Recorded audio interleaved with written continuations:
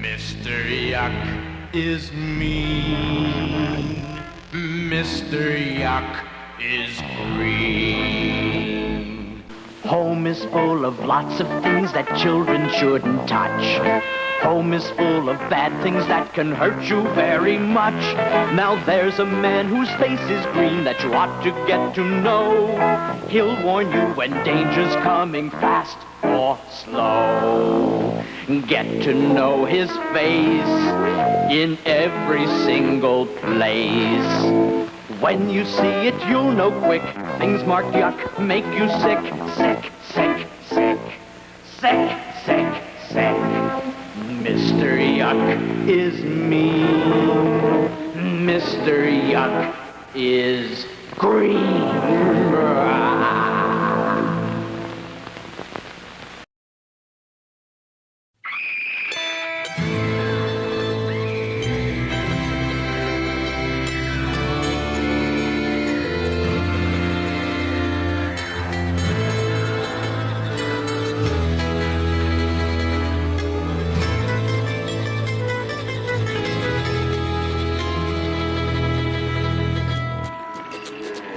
Well, there's a party tonight on Haunted Hill where Vincent Price is gonna try to kill his lusty, busty, champagne-swilling spouse. Well, you'll be tortured, you'll be taunted, trying to figure out which is haunted. Is it the hill or actually the house? Well, the joint is really kinda cool. Got hydrochloric acid in the swimming pool. The owner is a drunken leprechaun. And that's not Jerky, that's the maid. She gets around on rollerblades, and you should see her try to mow the lawn. Well, Vincent Price knows all of his sins. Grab a gun and let's begin. But keep away from the hero, he's a perv. And if you make it through the night without dying of boredom or of fright, a complimentary continental breakfast will be served. Serve it up, boys.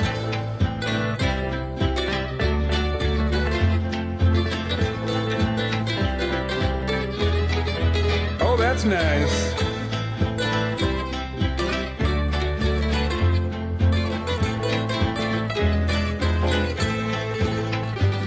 Look out for Ponzi English liars. Don't trip over skeletons hung on wires, and bring your hanging harness if you will. So there's a song of the movie, of the legend, of the saga, of the fable, of the unabridged edition of the story of the people at the party at the house on Haunted Hill. That's the people at the party at the house on Haunted Hill. Who's going to the after party? Here's to good friends. Tonight is kind of special. Where you been? It wasn't easy getting tickets for this game. Hey, Bob. Teddy, I know exactly what I want. I want the biggest steak you got and a bottle of Lowenbrow. Steak and Lowenbrow. Dolan, you're a genius. When you want the taste of a truly great beer, tonight, let it be Lowenbrow. Here's to the chef. Here's to the bartender. Out on the town, flying around, pizzas disappear. Now you're talking Friday night, now you're talking beer. Now you're talking good times, and Stroh's is smoking here. Stroh's, fire brewed for smooth, consistent taste. Now you're talking Stroh's, now you're talking beer. Now you're talking good times, and Stroh's is smoking here.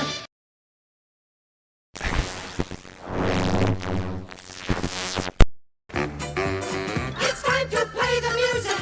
It's time to light the light. It's time to put on makeup. It's time to dress up right. It's time to get things started. Hey, man, is that Double D? Yeah, man. Well, turn it up, man. Let's just go in and, like, kill all the orcs, right? They're the bad guys, who gives a shit? We just hack and slash and we loot their dead bodies, right? Hack and slash, kill them all, you know, conquer the infidels. Boy, that campaign sounds like a barrel of fun, doesn't it? Somebody who's opening a refrigerator and leaning in, right, is the language of a woman. Somebody who's opening the refrigerator and being cut off halfway through that lean is the voice of like a mermaid or a siren. They're utter shits. They're utter shits. This is not the face of the hobby anymore.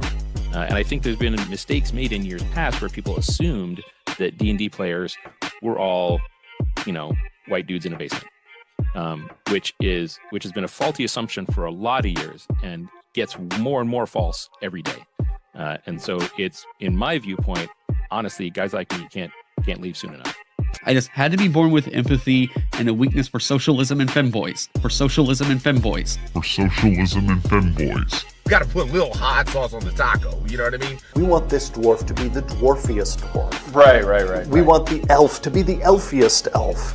And just the dashiest dash of Tabasco. Their voices need to carry across water. I'm a creative. It's a huge drain, right? Because fans can be off. When we got the descriptions, they were very adamant. They were like, try not to make it like a white blonde guy. Like, please, like, we love him, but there's like 500 million of them. You say white lives matter, they don't. White lives don't matter because white lives aren't a thing. Lube for their rectal adventures. Lutherville, Marina Del X, Otisburg. Otisburg? Who's this monster? She's got her own place. Otisburg? It's a little bitty place. Otisburg? Okay, I just wipe it off. That's all. It's a little town. Okay. We'll do it live. Okay. No. We'll do it live. Fuck it. Do it live. I'll write it and we'll do it live. Fucking thing sucks. Yeah. 5, 4, 3. Great, Sam. We dumping chump. It's a landslide, sir. On guard. It's time to mobilize. Let's go. A giant penis. Did you cry? So much. I went into the house and my wife was like, "What's wrong?" And I just crawled onto her and sobbed. Oh my God. Well,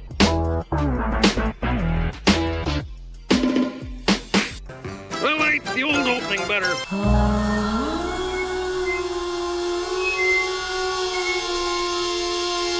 On with the show. All right, boys, we are live. We have a late arriving Rogan here.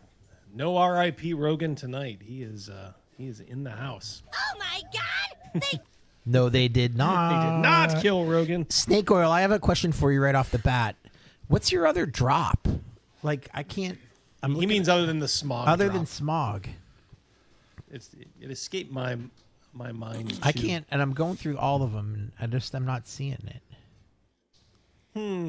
I was telling the crew about that Mr. Yuck. We used to have those stickers in our house, and then I got yelled at because I put it on food I didn't like to eat. Mayonnaise. So when my mom and dad came home from wherever, I got the what's for. I would definitely put it on mayonnaise. I'd put it on mayonnaise in a heartbeat. Mayonnaise is disgusting. We have a special guest. Who is it? It is I. That's right. It's our buddy Zolt. What's up, gang?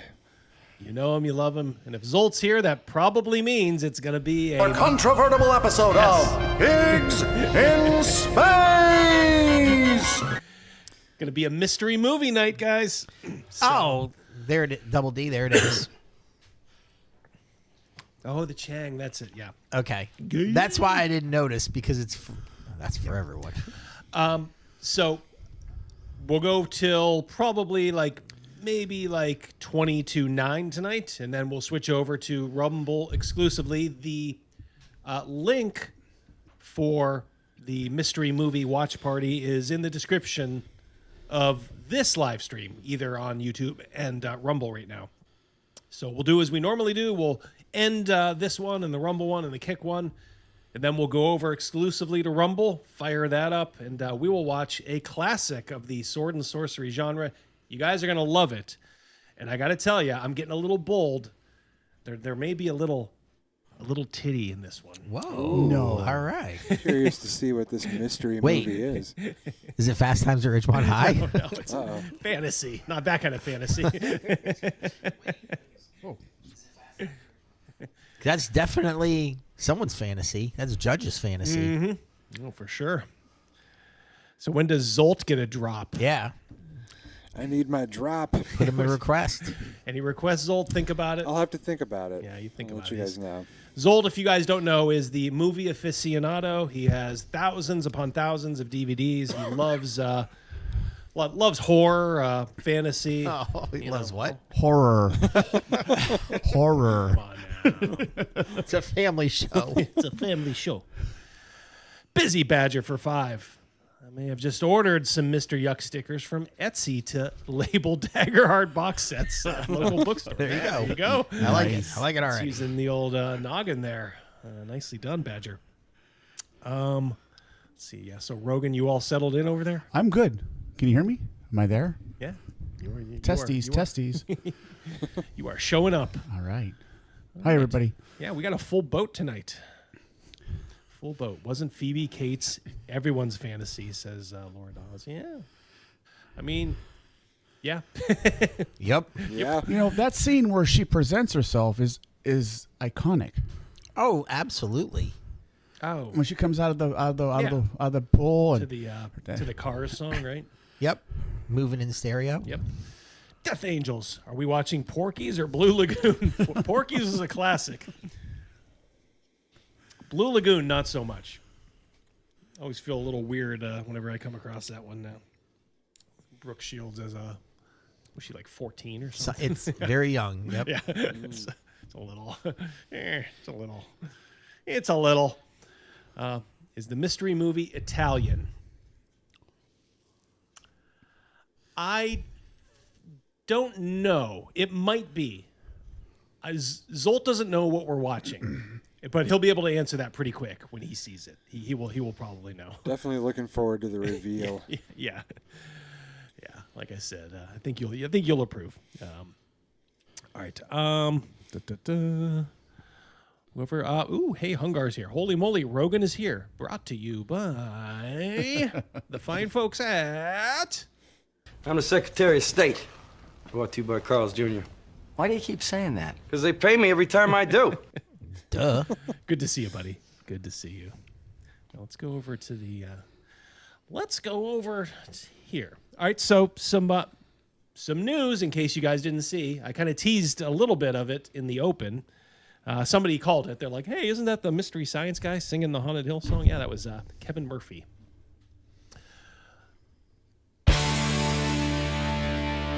Hey everyone, Michael J. Nelson here of Riff Tracks, and boy do we have some exciting news for One you. and a two and a da.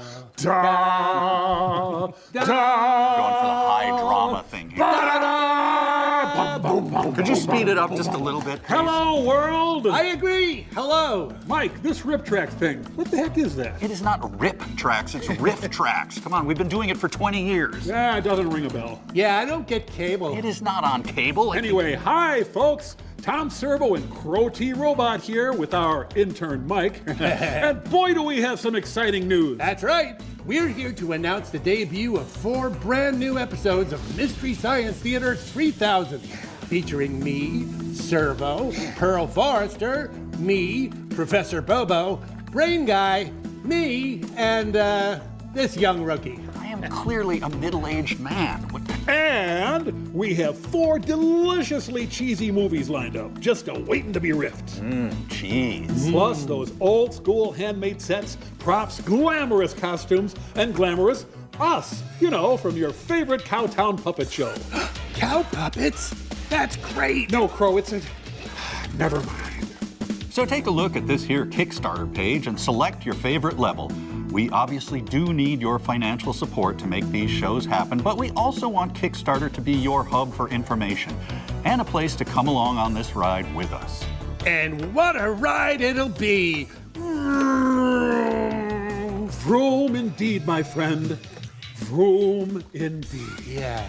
As always, thanks for your support, and hey, join us, won't you? What does that mean? Join us, won't you? We always join us, won't you? We say that all the time. Never heard of that before in my life. Cow puppet style. So cool. I think they may need a little tune-up.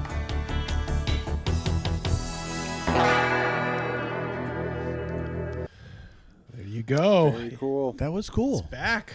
Well, Mike Nelson's still looking pretty good, to be honest. I was gonna say Mike's holding up pretty good. Yeah. Edgelord for $2 is the mystery movie, a Roger Corman production. I do not believe it is. I don't believe it is. Should have checked all this out, huh? Craig for $10. What do we got for him? Somebody's got to go back and get a shitload of dimes. Head on back. This is Results Material Component Fund. Thank He you. needs to Thank you very pay much. for them with a shitload of dimes. Indeed, he does. Thank you very much, Craig. Yeah, so a little background there for those of you that don't know. Like I'm a big Mystery Science Theater fan. Like Zolt, are you MST? Oh yeah. I've seen probably every episode. And I think probably most of us would agree that the Mike Nelson era was probably the best. Yeah, I still like Joel. Joel's a good guy. I got to meet him live at a live show. I think Underleaf said that he got to see a live riffing of Deathstalker 2. I saw that too in Cleveland several years back. That sounds cool. It was pretty good. Still agree though that Mike is the OG. Yeah. So like Joel bought Mystery Science Theater in 2015, but then he made a huge mistake not trying to involve Mike Nelson and Bill Corbett and Kevin Murphy. They weren't into it, and he got Jonah, what's his name? He seemed like a nice enough guy. When I met him, he was very, very. He looked exhausted when I saw him at the live show. Did he? Oh God, yeah. He was just exhausted.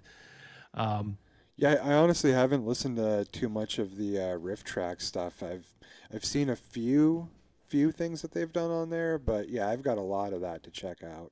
Yeah, some of the early riff tracks is just like Mystery Science Theater. I think they've lost a little bit on their fastballs. They've gotten older. They're not quite as daring as they used to. They will not make fun of trannies anymore, or anything like that, like they used to. They used to be pretty savage when it came to women who look like men. And Thought you were trying to lose weight. Lay off me, I'm starving.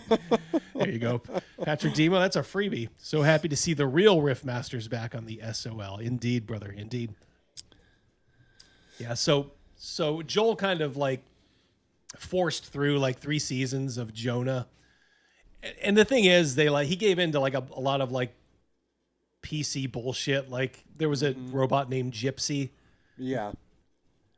Well, they got some pushback from let's just say they're the woke retards who said that is very, very racist. You can't call her gypsy. You're savaging gypsy people. So were they really a people? And the thing is, Joel listened and was like, okay, well, we'll rename her GPC. Okay. Needless to say, it honestly, the new MST, it wasn't nearly as woke as I thought it would be. I thought they might instill a lot of anti-Trump stuff. I don't think there was a ton of that. What kind of movies were they doing? I haven't seen too much of it, to be honest. There was a older stuff still or newer stuff, or they focus a little bit more on newer stuff. Okay, that's Santos, the one of those Santos vampire movies. Yeah, that's a cool pick though. I like that. They did some good ones. There was don't get me wrong, there were some watchable ones. There were some decent ones, but it ain't the same. And they got guys doing Crow and Tom Servo who just didn't fit the bill. I mean, they were comedians, but they're modern comedians, so they didn't really fucking. So I'm cautiously optimistic. Needless to say, Joel kept doing that. Every time he would go to crowdfund a new season, it would get lower and lower, and then finally he tried to do a 4th, and they didn't even get close to their goal. So the writing was on the wall. He sold MST back to Shout, I believe, and then Shout is actually the ones behind this. So Shout approached Mike Nelson. Didn't know that Shout got a hold of that. Yeah. Shout, I believe, owns the IP. Interesting. I wonder if they're doing anything with it as far as physical media goes, or if they're just like streaming. They shit usually online, do. They're pretty good. I think Shout released a lot of those DVDs from the original run. So. Yeah, that's interesting. I kind of remembered looking at the riff track stuff and seeing it similarly being a lot of newer movies, and that's kind of why I never really checked it out. Yeah, you had to like kind of sync up the audio. Mm-hmm. I mean, they made an app which made it easier. Yeah, I don't even mind that as much. I'm sure that wouldn't have been too hard to figure out. Yeah, some of them were good. Like their Harry Potter ones are pretty good. Those are definitely worth it. Gotcha. Soleimani for almost 8 Australian. MST day, was mate. Good day, mate. MST was a lifesaver when living in Japan. Love Japan, but it was nice to watch My Culture sometimes. Only thing I used to Amazon for back then. Yep. I was a Misty too. What I miss? Not much, Ryan. Not much, brother.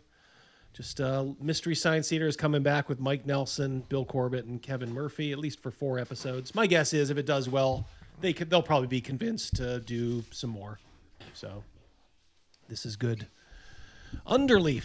I want the drop from Spaceballs with Black Dude combing the desert saying, "We ain't found shit." Hope it's not asking too much. For $10? I put it in the notes, Double D. Here's a list of the players we'll be inviting to camp. This guy here is dead. Cross him off then. I love that one. Yeah, will do. I think that's an easy ask, Underleaf. It's noted. Noted. And we will try to get that for you next week. So it is written, so it shall be done. Exactly. Hey, Griffin, how you doing? Good to see you, sir. Cross him off then. So anyway, good news. I'm cautiously optimistic. Like I said, one bad thing about Riff Tracks is they have this guy, Connor Lastoka, who went on Jeopardy. Like he's part of the Riff Tracks team behind the scenes. He's one of these guys that thinks he's funny. He's not. Like his big claim to fame is he went on Jeopardy and lost. But I distinctly remember him back in the day publicly saying on Reddit, the Riff Tracks Reddit, that he went back out. He went back into all of the old Riff Tracks movies and erased all of the tranny jokes that they did. So there you go. Weird Al did a song about Jeopardy. I lost on Jeopardy. Yeah, maybe it's about that guy. A call back to Greg Kinn. Cross him off then. All right. It seems lately like we're getting back to the point where they might be adding those tranny jokes back. We should be at this point. So many people just don't give a fuck anymore. Yeah. We'll see in the lunacy montage. There's some pretty good stuff out there. Well, if we can't laugh at them, obviously they can't laugh about themselves. Then that's the real problem. Yeah. That's a shame. Yeah. Hell yeah. Some gaming stuff. Hasbro CEO says AI integration has been a quote-unquote clear success. Liar. Liar. Liar. I think they had to roll a nat 20 for that clear success. Yeah. Throw those X cards up, yeah. We've known for some time that Hasbro CEO and former president of WotC, Chris Cox. Now, I'm offended by that. He needs to change his name. Cox. Chris Strongs. He's an avid AI supporter and enthusiast. Oh, boy. This is courtesy of EN World, by the way. He previously noted that of the 30 to 40 people he games with regularly. How do you game with 40 people regularly? Yeah, that's two quite people. a bit. They all have multiple That's a big personalities. table. Mm-hmm. If you got 40 friends, that's another way of saying you have no friends. Yes. Like for quarterbacks. Yeah. If you got 2 quarterbacks, You don't have any. You don't have any quarterback, yeah. These people show up for the free stuff he gives out. Yeah, for sure. 39 people. Hangers on. Yes. Clingers. They need somewhere to hang out. Yes. There's not a single person who doesn't use AI somehow for either campaign development or character development or story ideas. In a 2025 interview, he described himself as an AI bull. Whoa! It's 2025 and you're calling yourself an AI bull. How edgy is that, man? I'm offended by that. Is that a sexual thing? Yeah. Is it? I'm offended. I didn't think about it that way, but yeah. Is he the bull or I is mean, there's a lot of language going on here that's seen unseen here. The Cox, the bull, whatever. Yep. Cock's pretty good. Cock's pretty good. Cock's nice. You can get Hungars there too. We'll throw that. Yeah, out. I was ready to. Yeah, that is. Because it's prepped. Go Tell me ahead. when you're ready. Prep Yeah, it. there we go. Prep it. Stick The it most in. important Oh. tool is respect. Gay! All right, there you go. Thank you, Hungar. Thank you. In Hasbro's latest earnings call, Cox briefly addressed the use of AI within the company. While he mentions Hasbro, Wizards of the Coast, and the digital studio team, he doesn't specifically call out D&D. However, he does tout Hasbro's AI integration as a clear success, referring primarily, emphasis on primarily and not totally, primarily to non-creative operations such as finances, supply chains, general productivity enhancements, and emphasizes that people make the decisions and people own the creative outcomes. He also notes that individual teams choose whether or not to use AI. For now. Yeah, yes. I have 40 friends while you have 40 employees. Thank you. Thank you, Lord. Yeah, this is big. I get a sense of this because I work in corporate America right now, and there's a huge. They're all into this like Chat GPT. They went from like a year and a half ago saying do not use AI. Don't use AI for anything. You can't use AI. Now it's like I get my inbox at work gets flooded with, have you taken the Chat GPT class? Double D? Get your ass over and take that Chat GPT. It's like, I already know how to use Chat GPT. I'm good with Chat GPT. I mean, I'm not saying I never use it, but man, this thing of using it for every fucking thing that comes up. It's not sexy. It's not sexy at all. I get that one. Yeah. So what is clear is, so while it is clear, hold on, get thee to the reading van.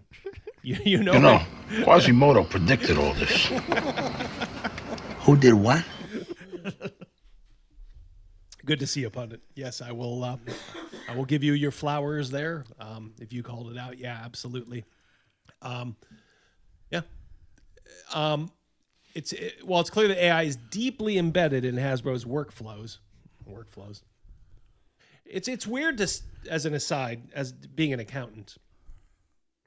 It is kind of weird that, like, of all, like, my profession is probably going to go the way of the dinosaur, because it's one that honestly, like, machines can do numbers. Yeah. Yep. It's like I'll have to reconcile some accounts and all that, and it's like I keep thinking in the back of my mind, like, man, a machine could do this so much better than me. But I'm good at it. Trust me, I'm good. I'm a CPA, but fuck. Yeah, accountants are going the way of the dodo. That's a shame.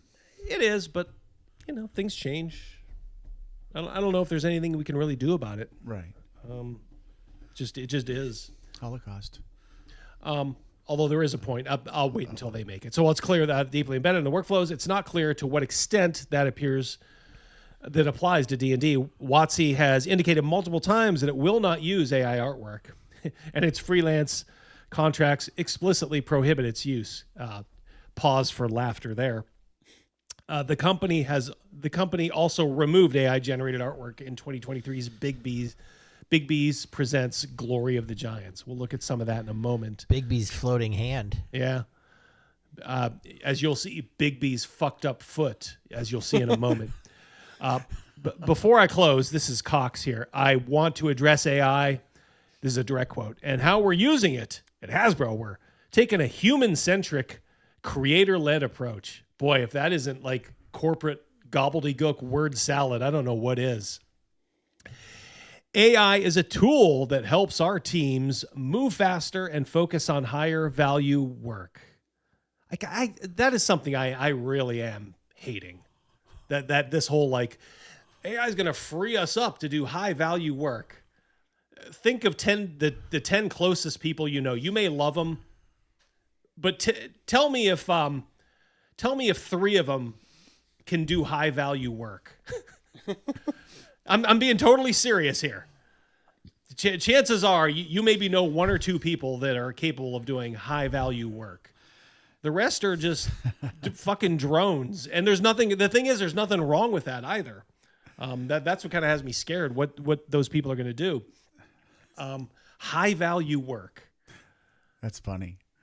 Like, it's like, oh man, if, I was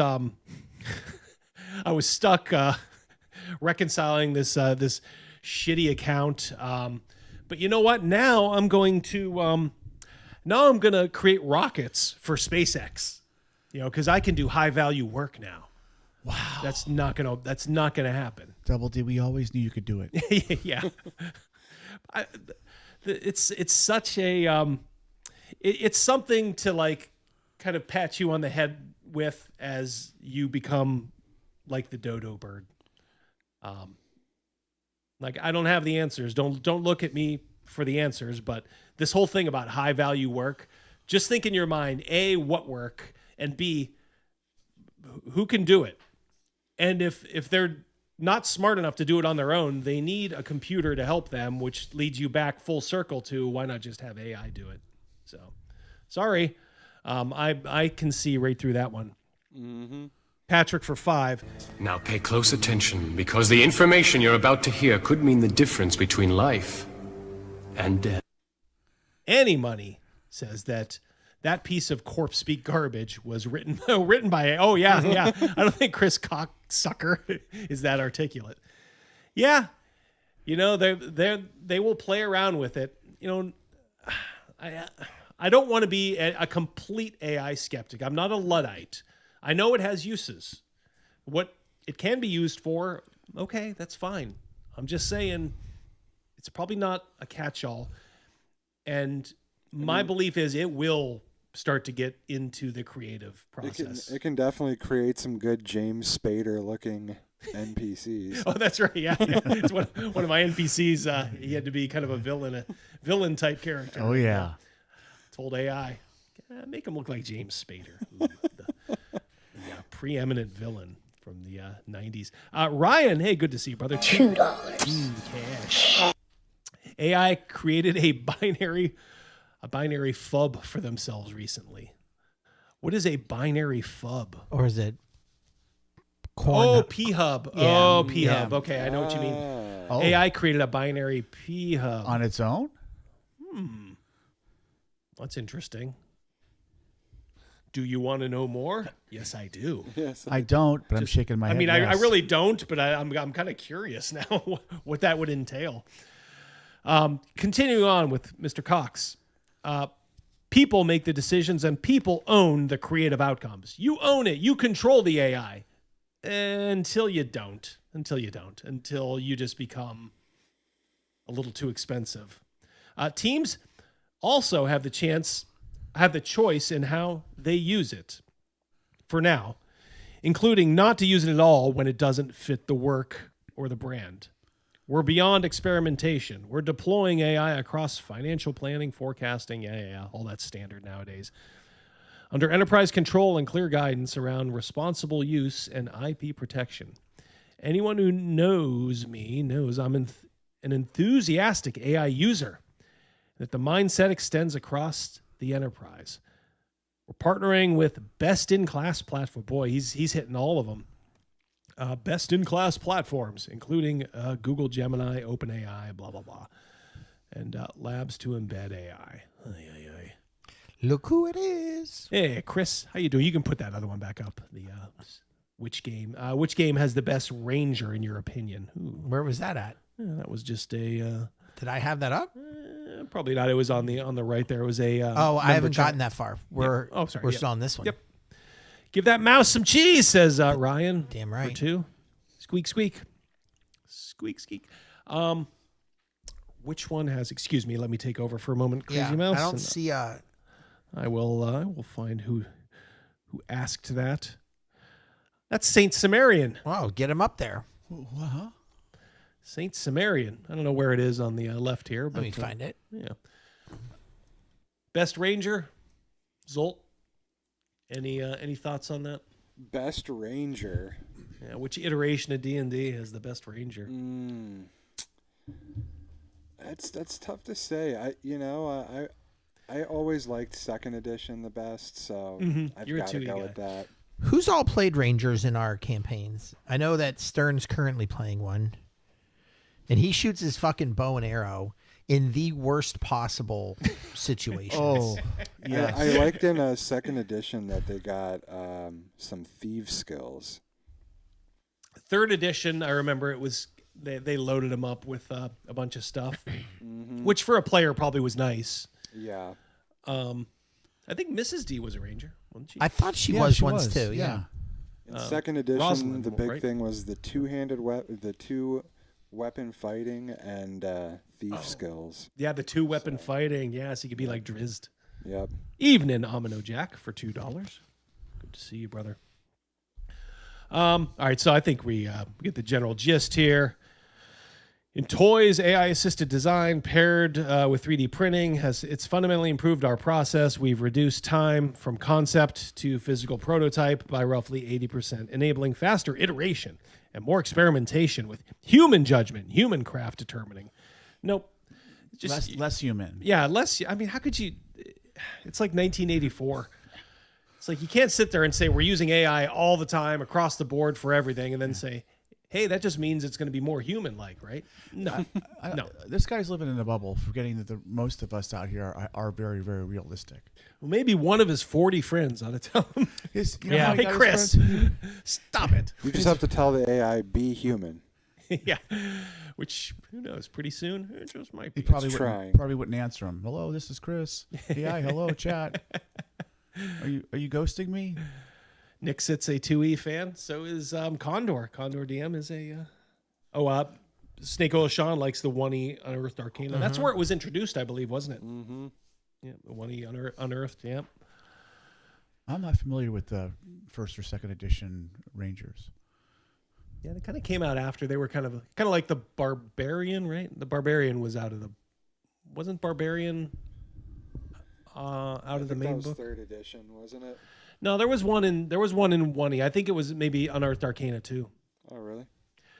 Craig likes Shadow Dark. Well, we'll tell Captain Stern that he's playing the best iteration. Sometimes Captain Stern's listening, and if you are, give us a shout out. Yeah. Don't be bashful. Don't be bashful. Hey, DB. Hey, Dog Brother, Sword Sisters, running a little behind tonight. No problem. Was watching Hoosiers with the fam. Okay. Oh, if we're gonna get preempted by something, Hoosiers is a good one to get preempted by. Hope everyone's week is going well. It is, and we hope yours is too. Thank you so much, all of you guys, for the very generous super chats supporting the channel. Barbarian, Ranger, Thief, Acrobat are from the 1E Arthur. Yeah, that's what I thought. I knew Barbarian was in there too. I forgot about the Acrobat. The Acrobat. There's a reason Acrobat never really caught on. I think the high point of the Acrobat was the D&D cartoon. The black check? Yeah, that's it. Watsy's most recent statement on AI. Well, let's get Ryan's here. I watched a history video about Rangers. Seemed like the initial Ranger was okay. Then it lost the plot. Yeah. Then it got fizzed. I don't know. I don't know where Captain Stern comes from. Yeah. And now Rangers struggle to find a place. Yeah, heavy metal. Sometimes I don't understand these kids. Hey, Double D, on the right-hand side underneath your beautiful picture, can you make that scroll again in case I don't... Oh, yeah. Sorry. That's where we see our memberships. Yeah, that's 1 second here. There we go. Okay. All right. There we go. Grazie. My funds are low. My fies de low. Me fies de low. Yeah. That was the Death Angels. That was the black chick. She was an acrobat, wasn't she? Mm-hmm. Am I all? Oh, Cavalier too. Yeah, I forgot. Yeah, all these classes that never really kind of caught on. Kind of like the Edsels of the D&D world. They say we require artists, writers, and creatives contributing to the D&D TTRPG to refrain from using AI generative tools to create final D&D products. Since Notice when? They say final. Since when? Yeah. We work with some of the most talented artists and creatives in the world. And we believe those people are what makes D&D great. Dirty Diana. That was the acrobat on the cartoon. Yep, that's right. There we go. So this is Big B's giant book. Oh, how cool. Got wolf, actually not very cool. Actually kind of weird looking. Look at that perspective on that. That is absolutely horrendous. It is. Holy cow. Yep. This is one of the ones that got yeeted for being AI. Let's look at that foot. What the fuck is going on? He's got club foot. Yeah, it just holy cow. That just gives the character some character actually. Yeah. Role play that clubbed foot. If this person was to bend over, it'd snap right above the belt. That torso is so thin. Mm-hmm. Let's give him a backstory. He drank a potion of thalidomide as a baby. His foot got all fucked up. And visited a shrinking head shaman. Yeah. Like, Yeah. It was a tiny fucking head. The head to look at the head to hand ratio. She can palm her own head. For I mean, not just palm it, like, because you could like. That's like the mountain crushing the red viper. Yeah. That's like the size of a softball. Yeah. Like not even like a basketball. Like that's a the softball. arm to head proportion is just ridiculous looking. Cal like can't wait for the arms. Bad Bunny class. Thank you, Cal. Like no broad chest, no. It's fucking awful. It's bad that you got to hold your big axe like a frickin' cane. AI. Mm-hmm. Tall body and a little head. Tall body and a little and a club foot. And a club foot. But a huge wang. Do you see that? Is that his wang? Yeah, it's Oh no, it's bulging his. out there. That's his Purse. buckler. Or His an wang cock buckler. sheath. Ryan for 10. Oh, I got something. We know what he wants. Yeah. We know what this guy wants. The bitterest. Bitter dregs. Trying to type a simple message and I seem to be having a stroke. Woe is me. Hopefully, I won't be long for this world. Well, we want you to hang into this world, my friend. This mistake is truly the bitterest of dregs. At least I didn't make the giant. That's right. At least you didn't do that. Thank you very much, Ryan. No apology necessary. Sometimes I'm a little slow on the uptake. I'm the first to admit it. So sometimes I got my mind in a million places. So I'll read the most basic thing and then I'll be like, what? You think it's a woman, Chris? Yeah, probably. I'm not against that. Just follow the bend of that fucked up foot and Yeah. just how awful that is. You're looking like, to me, it looks like you're looking at the part of the bottom of the foot. And how do you have that? So riddle me this, Batman. The company that says we will never allow AI to be used allowed this to get through to a final product. Look at the horns. There's no balance. You got one, and like only AI would do that. An artist wouldn't do that. It wouldn't have to be perfectly symmetrical, but it would have some consistency, a certain amount of consistency. Mm-hmm. It's kind of sticking out of nowhere. This artist did. Badger for 10. Oh, I got something for him. We got something for Badger. Your little footballs. Laces out. Crazy Mouse. I was over at Crazy Mouse's house this past weekend, and he served little footballs. I want to say almost 4 that drop, because every time somebody picked one up, he was like, Mrs. Mouse was getting annoyed. Yeah, they're little footballs. They're little footballs. And somebody else would chime in. Laces out. Then she goes, he's been saying that all day. I know. I have been. Badger for 10. Once DMs begin using AI completely in lieu of WotC produced materials, thus cutting them out of the money stream, that's when WotC will make known their problems with AI. Yeah, when it affects the bottom line. Because that's the thing. Like, it's the great equalizer in a lot of ways. So Mackenzie de Armas using AI is no better than one of us using AI for similar things.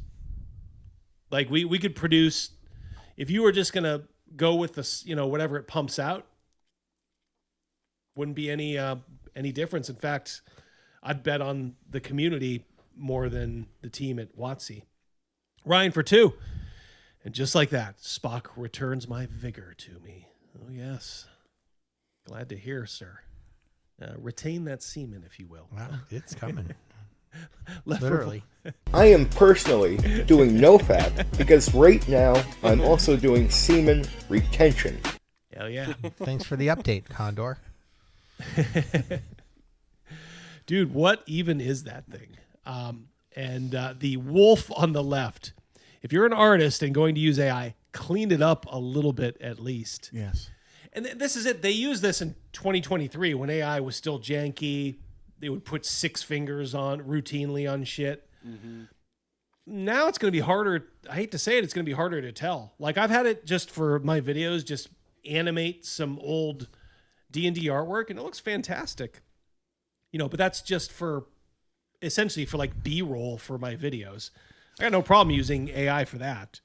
But if I'm charging you for an adventure I'm writing or, you know, and selling to you, I would feel bad just jamming it full of just a bunch of AI crap. Unless you're doing some dwarves in the Keebler Elf house. Yeah. Touche. Yeah. Why doesn't the axe go all the way to the floor? Oh, I mean, he's proving how strong it is. It's like holding some weights out in front of you, Chris. Yeah. It looks like he's holding it like he's holding it like the end of a cane. You know? Mr. Peanut. That art is gay. Thank you, Soleimani. The most important tool is respect. Ha! Gay! Those wolves are companion enablers. Indeed. All right, so this one from a distance is like, oh, yeah, cool. Nothing to hate here, right? Get to Brian's in a moment. Until you look a little closer. Where's that bow coming from? The top of his wrist? Yeah. Where the fuck is that bow coming from? Where's the string? Yes. Where's the bowstring?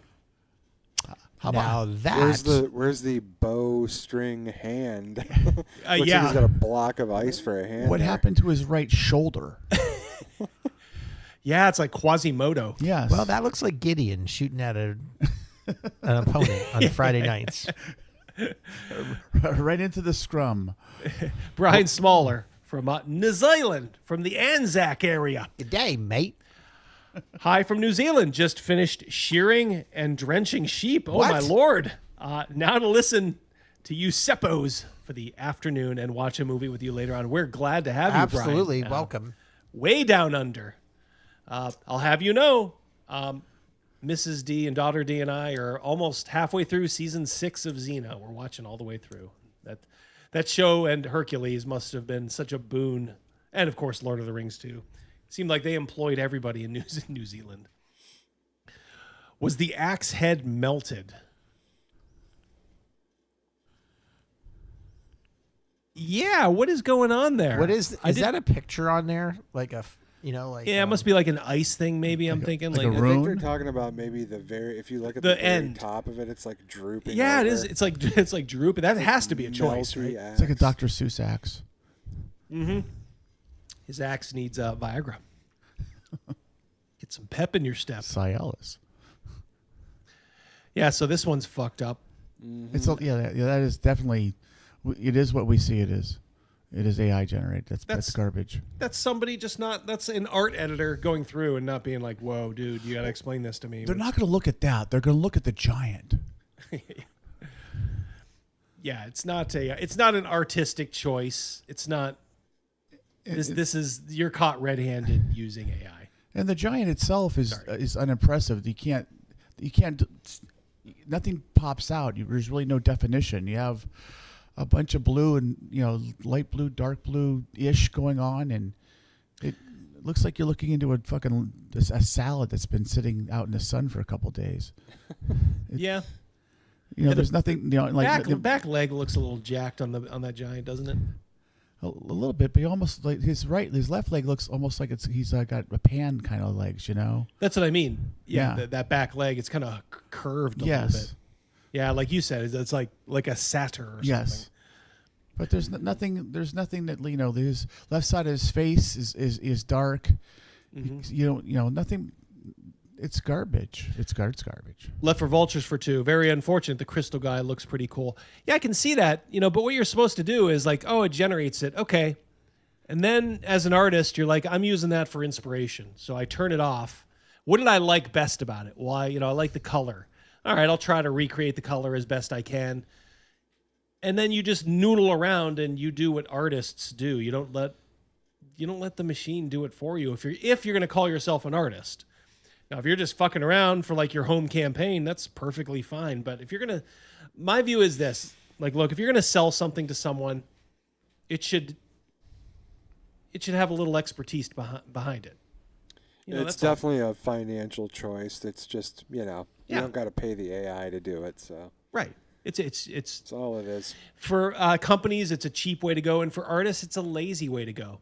Like I could put some of my heart and soul in this. And look, I'm not an artist, but if I did just some noodling around with like oil on canvas for a time, and you do put yourself into your work, and it's the process, from beginning to end, and you're kind of like, oh, cool, this is shaping up nicely. This is exactly how I like it. Or conversely, this is not what I wanted, and I just can't figure out what's wrong. But either way, you're going through the artistic process. You can't tell me that typing a prompt and then going into Photoshop and blurring a few things is the fucking artistic process. It's not. Like I said, I'm not against AI, but just you can't call yourself an artist and produce something like this. And it shocks me that you would even try. Like, this person should be blackballed. I hate to say it. This artist should be blackballed. What book is this out of? That's that Big B's Giant book that they mentioned in the article. What even is that? Ask James. Good to see you, brother. And James, on a side note, thanks for the shout out on your show. I really appreciated it. Called Crazy Mouse by Andy Richter. Yep, I loved it. Yep. Here's another one.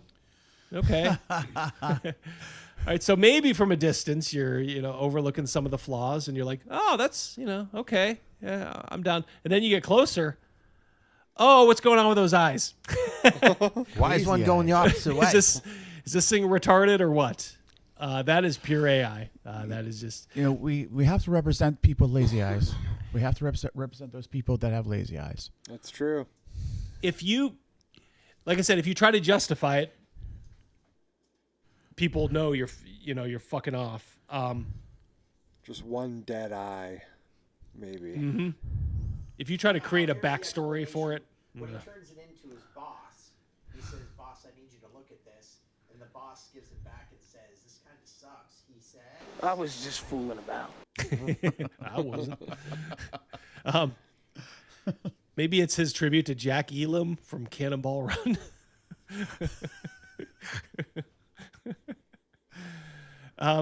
Just brutal. Jackie Chan's debut, wasn't it? Mm-hmm. Yep. Yeah, that would have been an easy fix too. You just look at that, you just put the pupil in the right place, and that's the end of it. Nobody's the wiser. Oh, you created a masterpiece, bro. That's a good. I'm noticing something with the toe too. What's going on with that big ass toe? Right there? Yeah. Oh yeah. All right, hold on one second, Crazy Mouse, because we're at the end. I'm going to blow that up a little bit, because why not? We gotta start making the layer bingo cards. Because who would have some of this stuff on? Yeah. Oh, that is bulbous. That's like your 68-year-old mother's like massive bunion toe. Yeah. Could you? Sergeant Hulk, man. Yeah. Whoa! What is that? Hey, Mouse, that was a good one. Yeah, Sergeant Hulk. Yeah, Sergeant Hulk. Wow, that's it's always the details. It's like these criminals, even if it's like not even a real crime, but it's sort of like a crime against art. It's always the details that fuck them up. They just. Yep, wouldn't even take much to touch these up. Right. Yep. They couldn't be bothered to just look at what the machine spit out for them. They couldn't be bothered with that and go, oh boy, I got some work to do there. Can we take a peek at the weapon a little bit better? Yeah. Because Chris wants to know what that weapon is supposed to be. Whoops. Hold on one second here. Because it really, you're not getting a sense of what it is. It has stuff, but there's no like actual detail to give you any context of like, is this part of a bone? Was this a skull of some sort of creature? Just a chunk of something. Yeah, it's just a bunch of stuff in there. You know, obviously AI generated to represent something that AI doesn't understand. It's almost like that. There's like a face, but it's like it's turned like 90 degrees towards the viewer. It almost looks like a paddle for a boat or something. Yeah. I'm not a doctor. I'm a dasher. But is that leg broken? The leg is wonky. Is not. Yeah. Right. You're talking about the right leg, right under the knee. There's like a little nick on the bone. Yeah. It's like it's snapped in half, like right there. Here, hold on 1 second. Okay, go ahead. Yeah. It could be why your eyes are going different directions. Wow. Yeah, there's some fucked up stuff in here. Plus the hand is just it's got that AI like hand, like the hand's not really doing anything. Like Frank Frazetta would have had that hand like on the weapon or you know just out doing like something dynamic. It's just like a claw across the body doing nothing. It doesn't make sense. That's a huge, even for a creature like that, that's a huge weapon. So it's got to be two-handed. The left arm is stunted compared to the right arm. If you straighten out each of the arms, that left arm would be way longer, a foot shorter than the right. It's easy to see that. Yeah, you're right. Okay. My right arm's a knuckle dragger. My It's like left arm they is a made the Tyrannosaurus arms Rex. like there should have been a perspective, like the body was turned, but the body just is not turned. Right. Mm-hmm. Yeah, underleaf for 2. They could easily clean this up with PeopleSoft. So lazy. Yep, exactly. See, make sure we do. Whoops. Hold on 1 second. Hold on. Okay. All right. Thank you. Yeah, we there got. we go. We gotta All get yours, caught all up. yours, We buddy. gotta get. Mouse is muted. Am I good now? Am I coming in through loud and clear? Yeah, it looks like you are. Reminds me of that scene, says Craig, from that movie. You step on my bunions and I'll unalive you. What movie is that? Oh, that sounds so familiar. I don't know that one. Craig, throw that in there. I'll get that right up. Yep. Left for Vultures for 5. And the boil next to its left knee, you can tell the AI copied the calf and placed it on the upper leg, and the colors are a disaster. Yeah. You can definitely see that. Yep. We talking about right there? Yes. Yeah. Oh, wow. Thank you. Oh, yep. Yep. Left leg has a huge knot. Did the hagathon start? Can we take a good peek at the face other than the eyes? All right, I'm good now. They said my mute was on. Maybe when I was coughing, I forgot to turn it when back you're on. coughing, Thank you, everybody. It happens. He's trying to not subject you guys to. All right, so I'm gonna shrink this down a little bit so it's not taking a. Whoops! Hold on. All right, yeah, that's a fucking in its toto. It's a disaster, complete disaster. No bueno.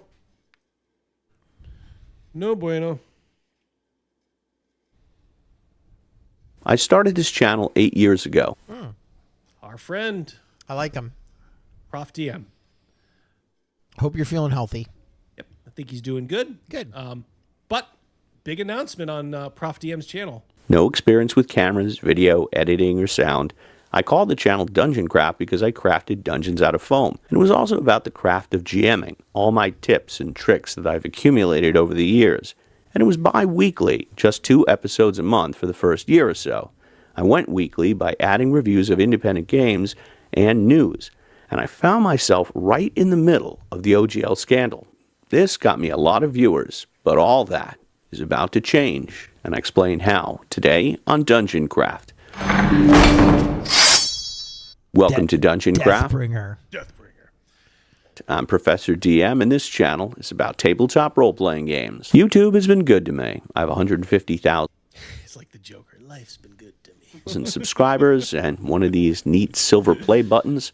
Thank you so much to everyone who subscribed. I'm still gaining over 500 subscribers every month, and my videos average 30 to 50,000 views. That's not bad for a channel that's been on for 8 years, and most YouTube channels only last 3 to 5. But things are about to change, big time.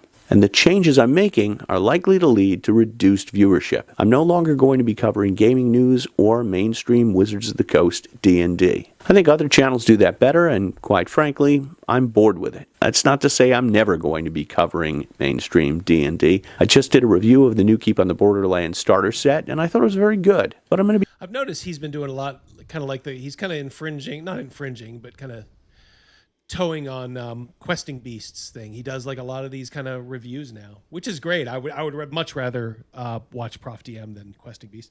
Snake Oil Sean for 5. Future WotC art will be explained in lore as Fomorian variants. Yeah, the Fomorian giants were all twisted and gnarled like these, but makes sense. But they were done so in an artistic way, not some retarded algorithm spewing it out.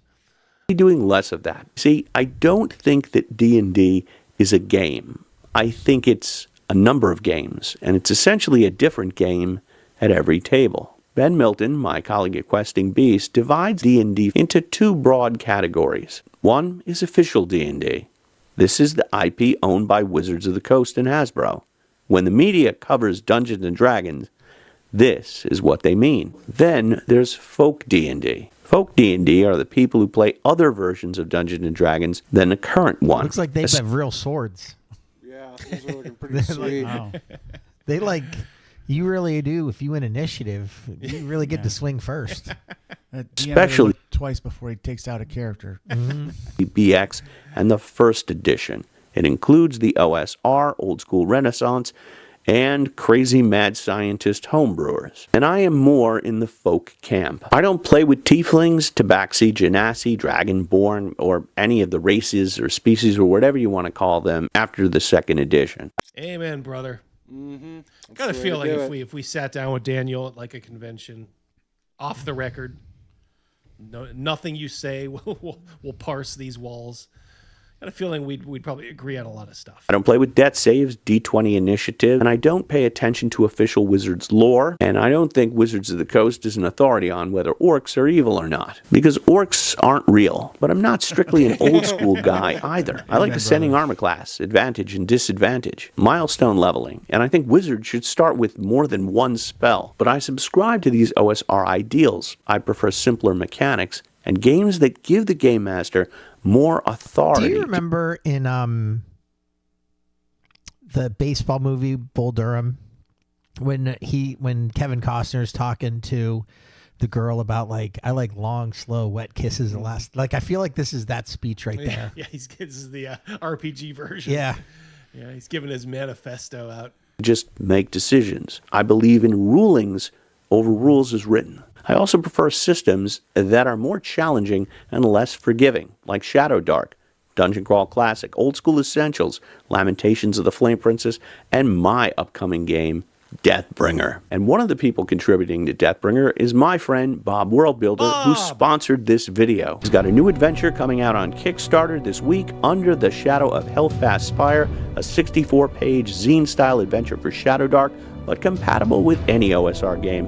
It includes new classes like the Berserker and Necromancer, new monsters, magic items, gear, hexcrawl wilderness sites, and the Cold Catacombs dungeon. This is a prototype, but as you can see, it's nearly complete, and there's lots of mysterious places and dangerous dungeons to explore, and you'll find a link to the Kickstarter below. When you start out on YouTube, you don't know what you're doing, and you don't know who your audience is, because well, you don't have an audience. But eventually, over time, you start accumulating one, and the analytics tell you who they are. Although I still recommend going to cons and meeting people in person. My viewers are older, almost exclusively game masters with years or decades of experience, and they play other games, not just exclusively Dungeons and Dragons.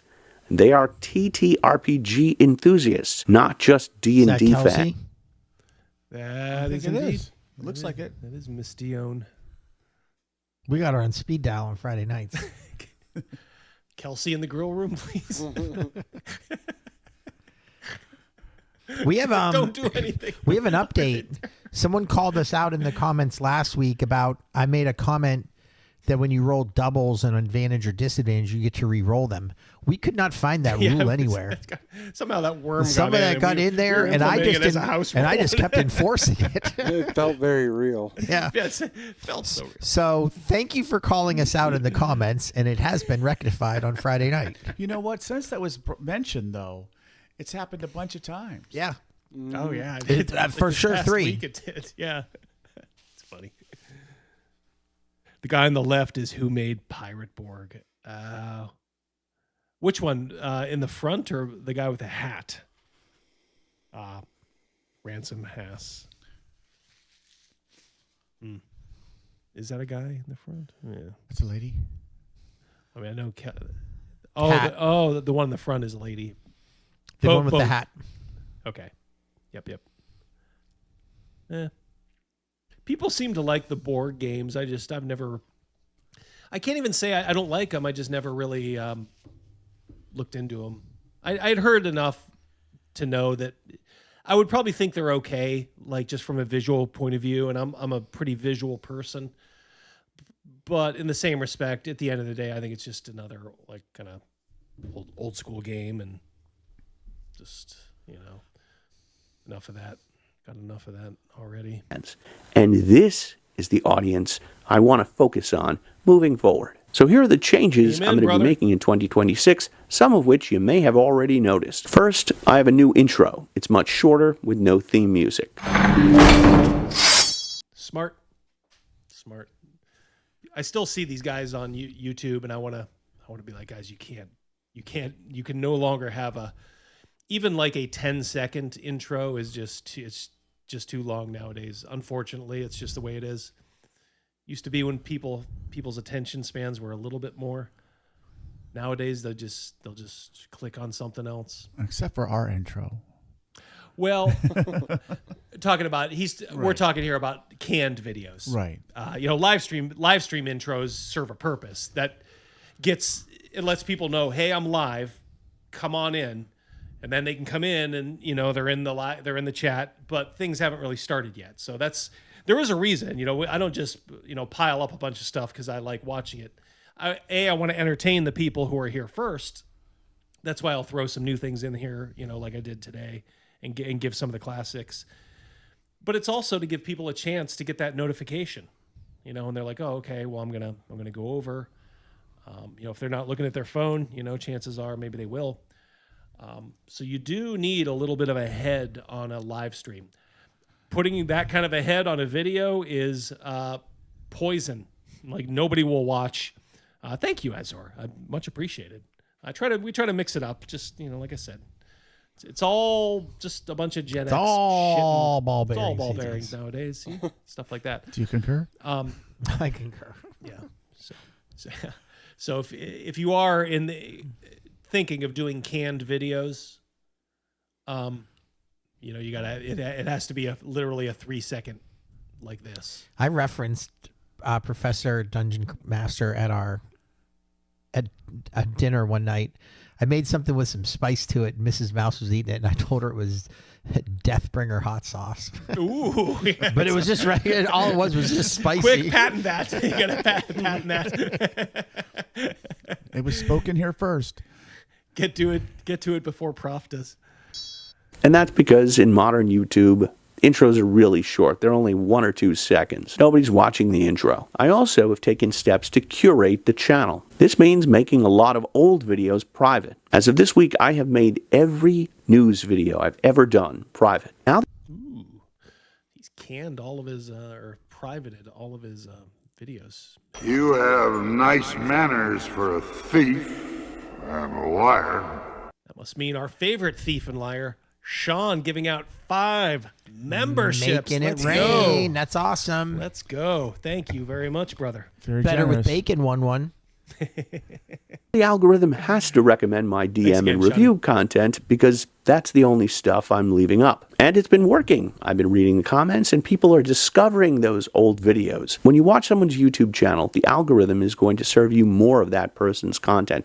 You'll immediately see it appearing on your home page. When you click on that video, it's what they call a virtuous cycle. You go from video to video to video, binge watching. But when you got 500 videos like I do, some of the videos the algorithm picks are kind of wacky, like the video I did on painting an undead Tyrannosaurus Rex. It was one of my first 10 videos. Almost nobody watched it, and if you're shown that, you're just going to skip it. So that's the kind of video I've made private, but I'm keeping the most popular ones, the ones that you enjoy the most. Now, if you are looking for one of my old videos and you can't find it, contact me on Dungeon Craft Facebook group. Tell me what the video is, and I'll make it public again. Seems like such a nice guy. Yeah, he does. He does. The thing is, like, when you do this, if you want to switch course and like alter your channel's audience, this is how you do it. You do have to go in and like get rid of all those old videos, but it also does pigeonhole you into certain things.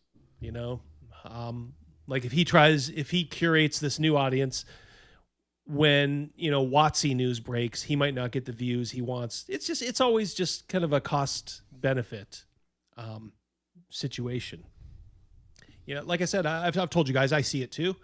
I just released that video kind of rehashing the resurrection system that we went through last week. That was a good video. Thank you, Rogan. I did a formal video on it, and I did it because the audience seemed, especially the live audience, you know, kind of seemed interested in it, and I wanted it to stand out rather than buried in a live. We almost had to put it in use. I know, yeah. Last week got a little hairy. Last week, well, Stern went down at the table. Yeah, he went down. Boy, was he feisty about that. Yeah. One more HP, and it would have been a whole different story. Yes. Mm-hmm. But yeah, so you know, those videos don't do well. But as I've told you guys, I like to make them because I will sacrifice subscribers by being shouted out in the algorithm just to kind of more or less just kind of do what I want. So in a way, I'm doing what I want, and Prof is doing what he wants. He just kind of wants to turn away from all the news. I want to embrace all the news, and I want to do other things outside of, you know, gaming too. So that it's fun for me, but trust me, YouTube punishes you for that because you're kind of going after a couple different audiences. What's up, Joe? Stopping by to say hello. Working overnight tonight. Catch you on the rerun, my friend.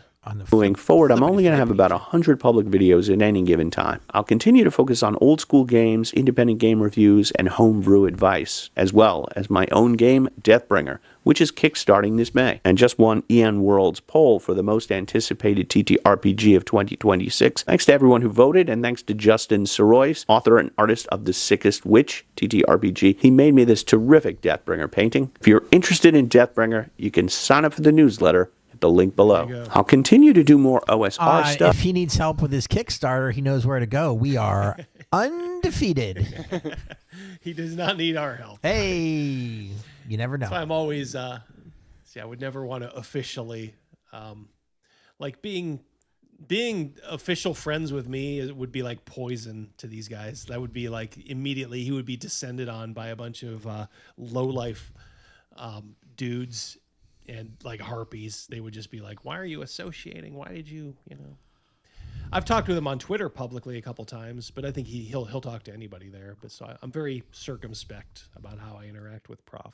Like I said, good dude, and I don't blame him for not wanting to be tarnished by me. As we'll see in the lunacy montage, I'm sure we talk about some pretty spicy stuff. We're not very gentle, are we? Yep. Yeah, Pundit and I we're very similar right now. You know, and we do the exact same thing. We're not afraid to talk about things outside of gaming, and you know, we generally have a pretty simpatico view of gaming. I'm sure with some differences. That's for you, Double D.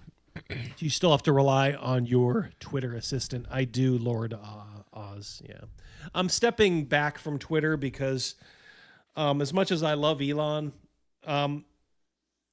here's what this is almost incredible. This is one of those things that you'll probably hear down the road. Somebody did a lawsuit, like a class action suit against Twitter.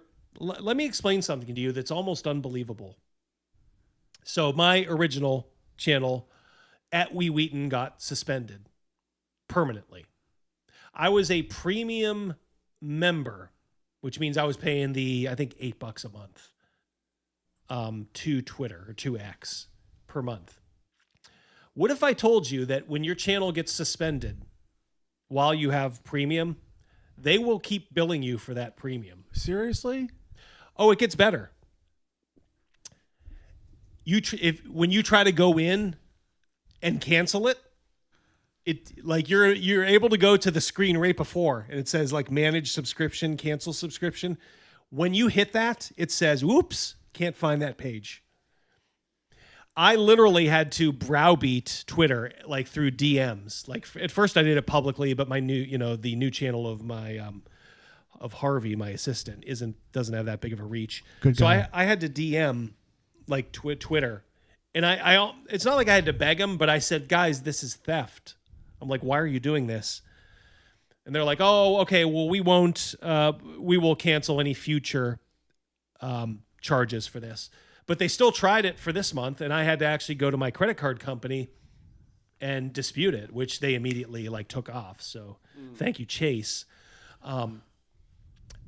It's almost incredible, like that's out there. Do they think like, oh, well, we'll just keep fucking charging them? And I'm reading ahead, buddy, and it says that that same thing happened to Chris Miller.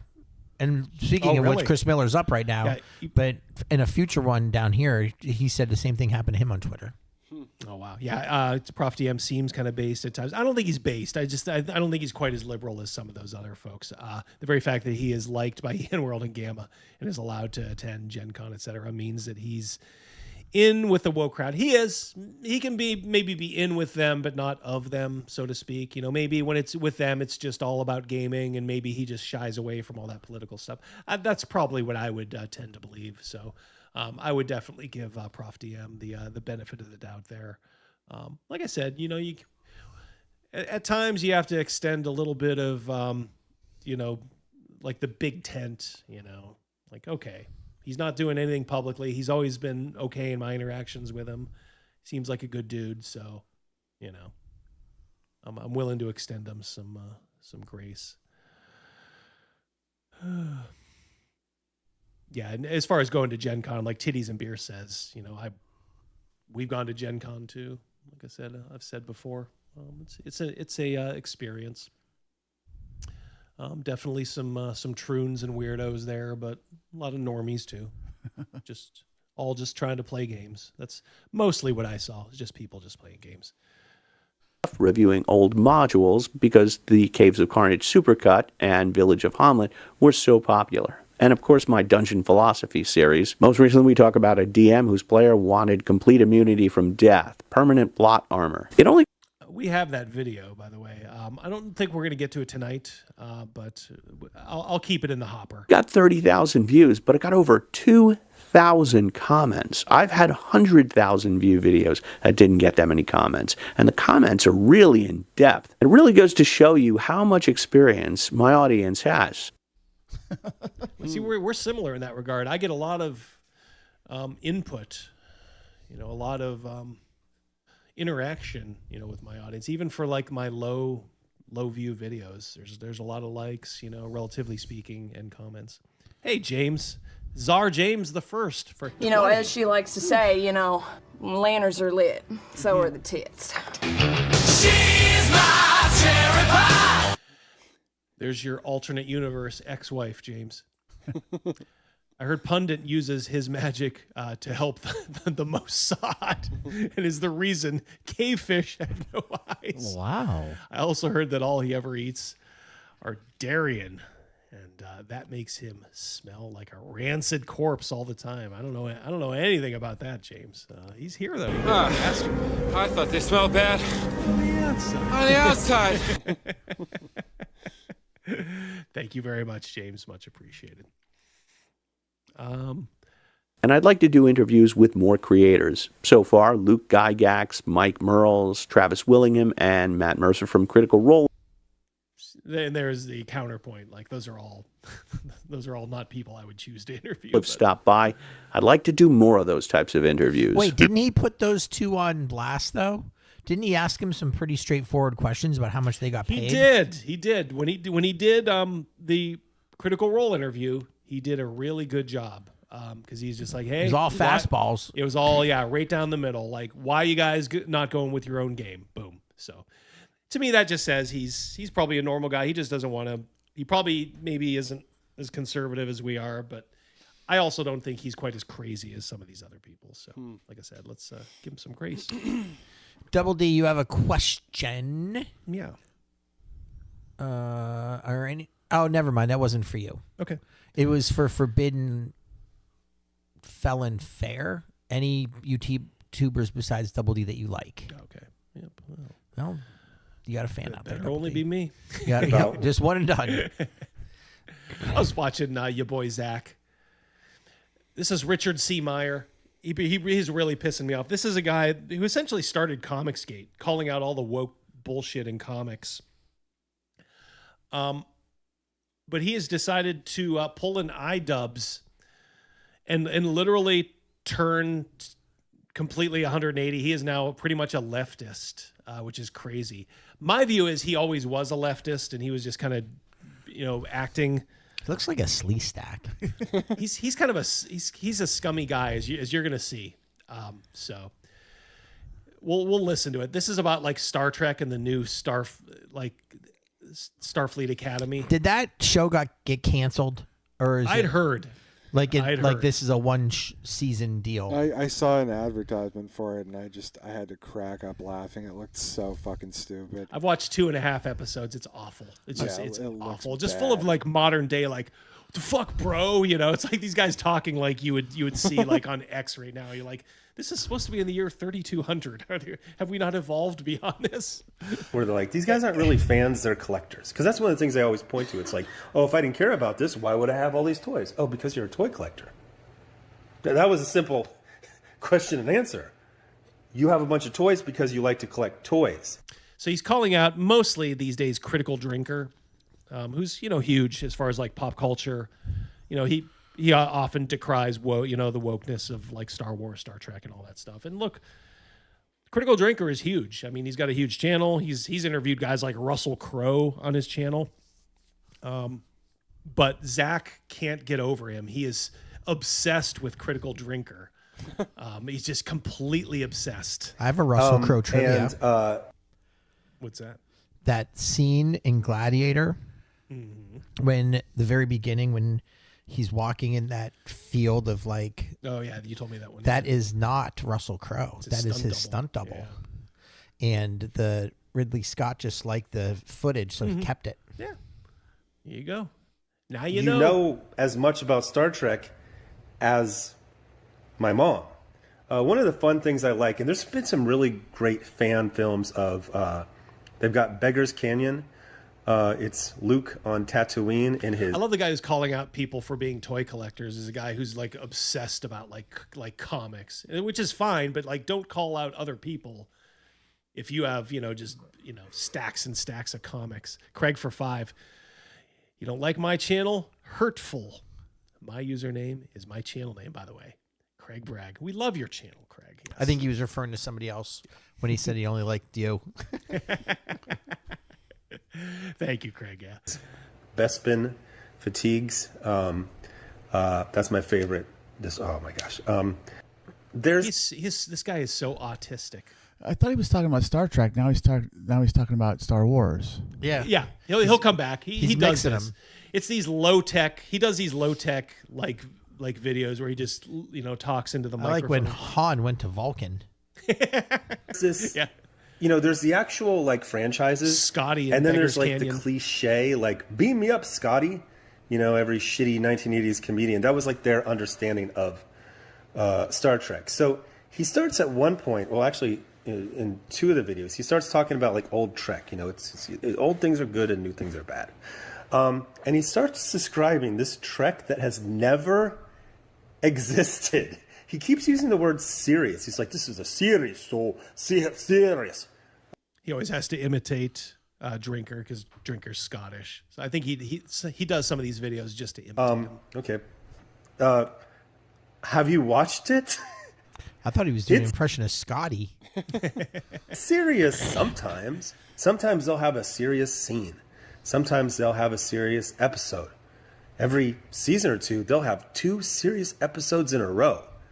But mostly it would start, things would be kind of lighthearted. Well, not So he's saying like old Star Trek. We're talking like original series and Next Generation only had 2 serious episodes in a season. It's like, dude, what the fuck are you talking about? Like a literal retardation. lighthearted, just kind of regular. They give the start Exactly, date. sir. Oh, this is That's a happening. We're heading here. They get some reports. And then like at the end, and this goes for like TOS, TNG. In this picture, is he the tall guy right there or something? Who?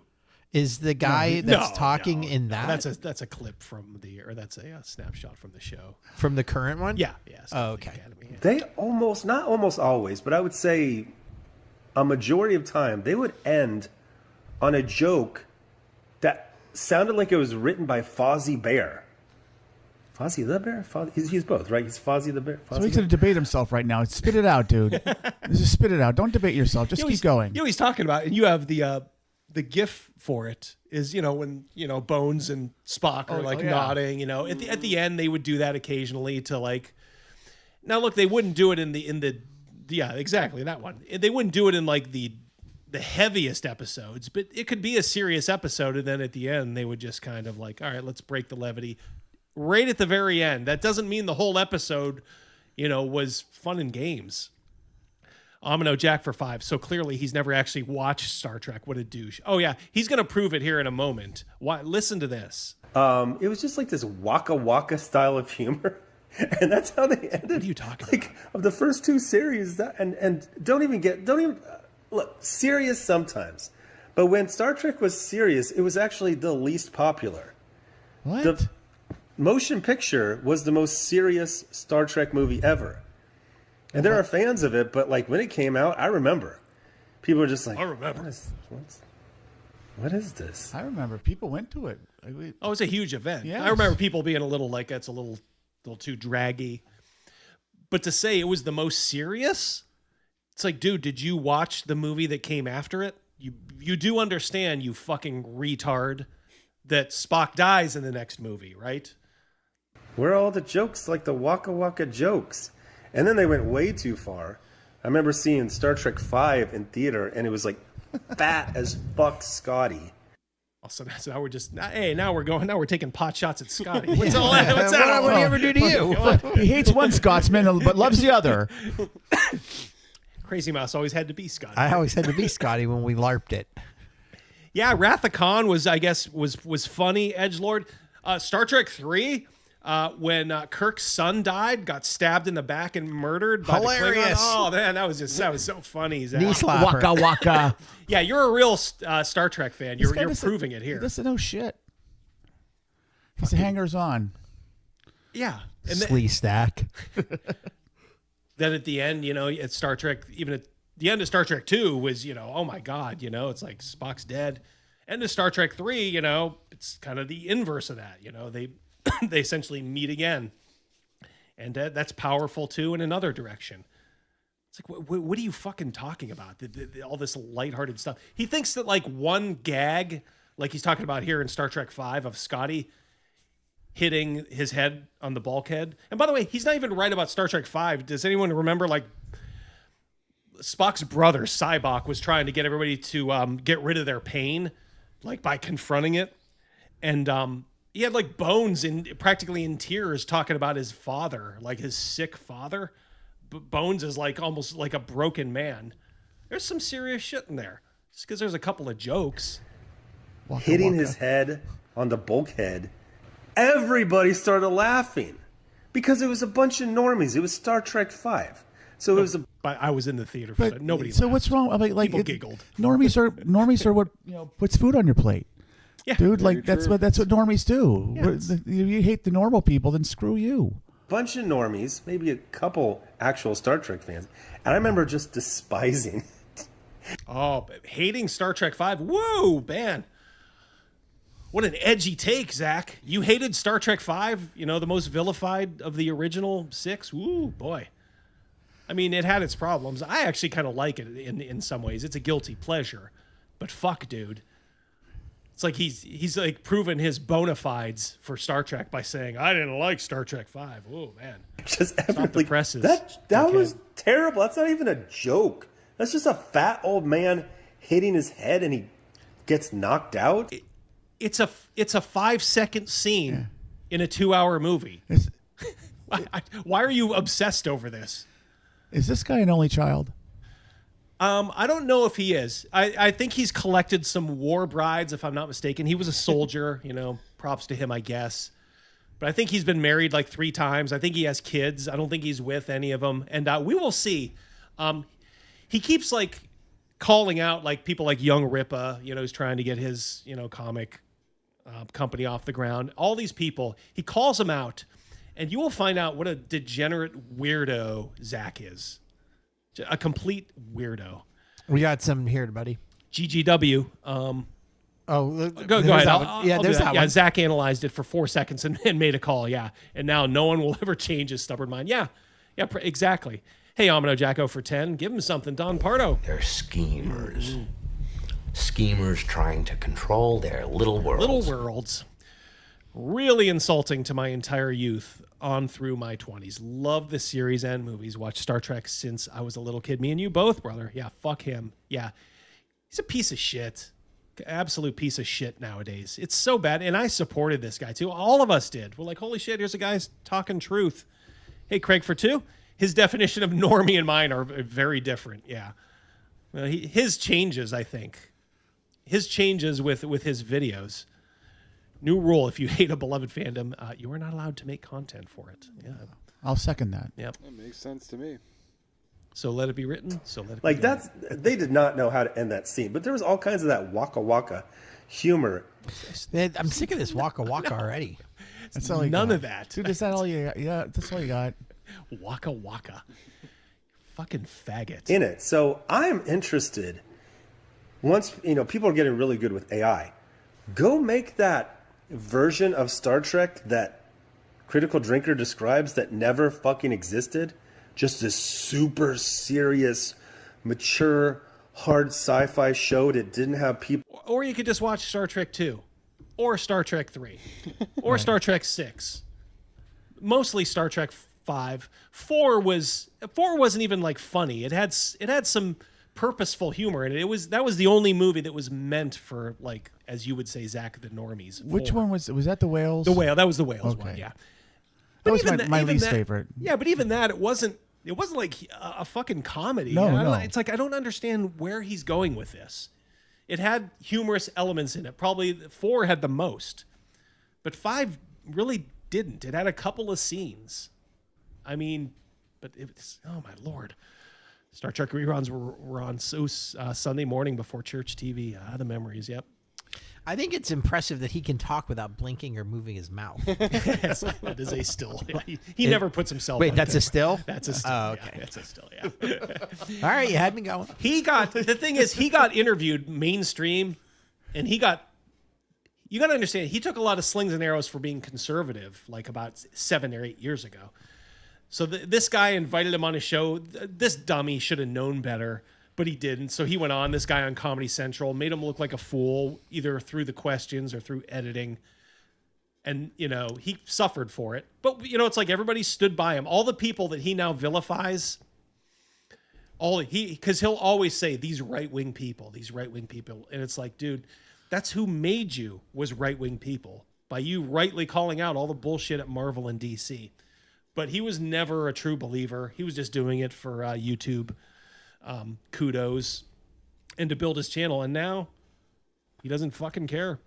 And his videos are horrible. He has 88,000 subscribers. His videos, my videos do better than his. Chris, did he just tell Critical Drinker to learn to code? I think so. Yeah. He does talk out of his ass, Amino Jacko. Yeah. With Oompa bands in it. what's the deal with like oompa bands? That's like that repeatedly happens. What? So Zach. That's funny. And then the thing that kind of started pissing me off. He started saying, like, oh, if what I say isn't true, why is it popular? Because you go for hate. Hate is the easiest.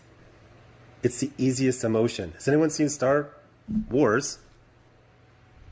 What happens when Luke asks Yoda, is the dark side stronger? He's like, no, it's quicker. That's what you guys did. You took the quickest, easiest path to success. But did Yoda really actually say that? Yeah. Everything's wrong. Everything lost $100 million. I think he heard a little bit different than I did. And then every year or two, you pick some...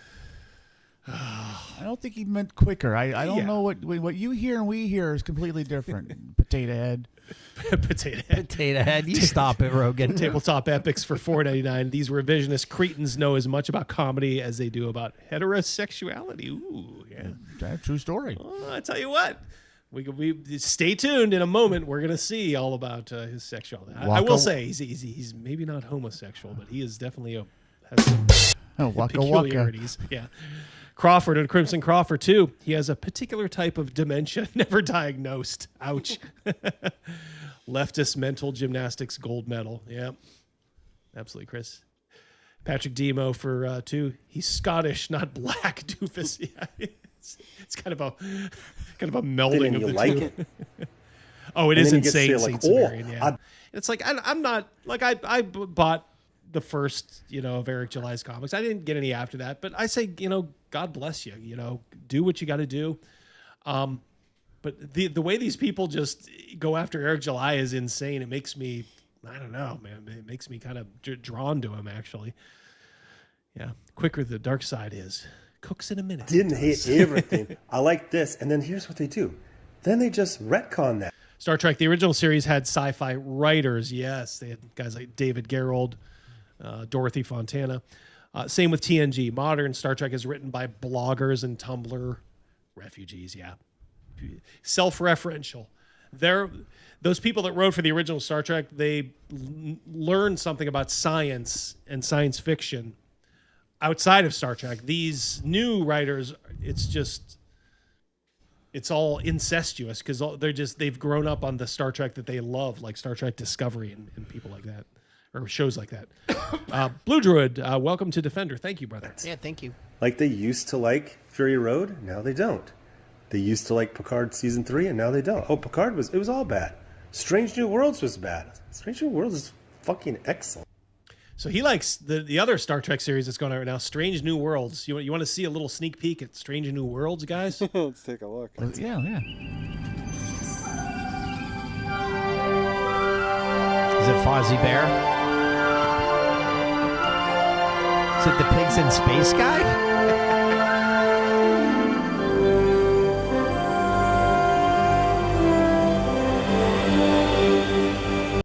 So I know what you're thinking. This is just a promo, right? No, this was an episode. Oi. This was an episode of Strange New Worlds. Waka waka. Waka waka. Hit it. Yeah!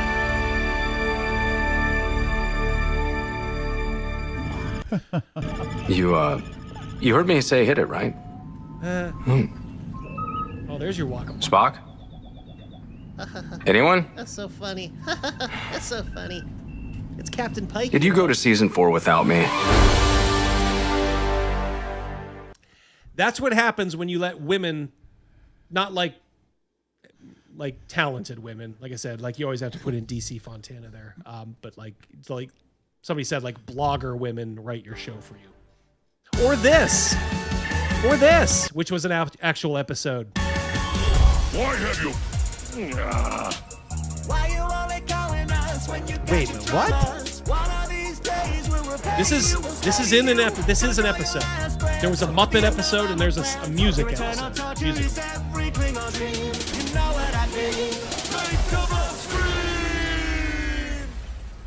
This is not a Weird Al video. What the fuck? It's real. It's real. It's not Weird Al. It's real. If you like this, you are gay. Wow. I mean, there's no other way. You can just say like, Well, you know what, Double D? Sometimes these musicals, they most they important uncover tool the is respect. Gay. It gets to what's under the surface better than real dialogue could. That's why these musicals are sometimes. Did you know Buffy did it? Buffy had a musical episode.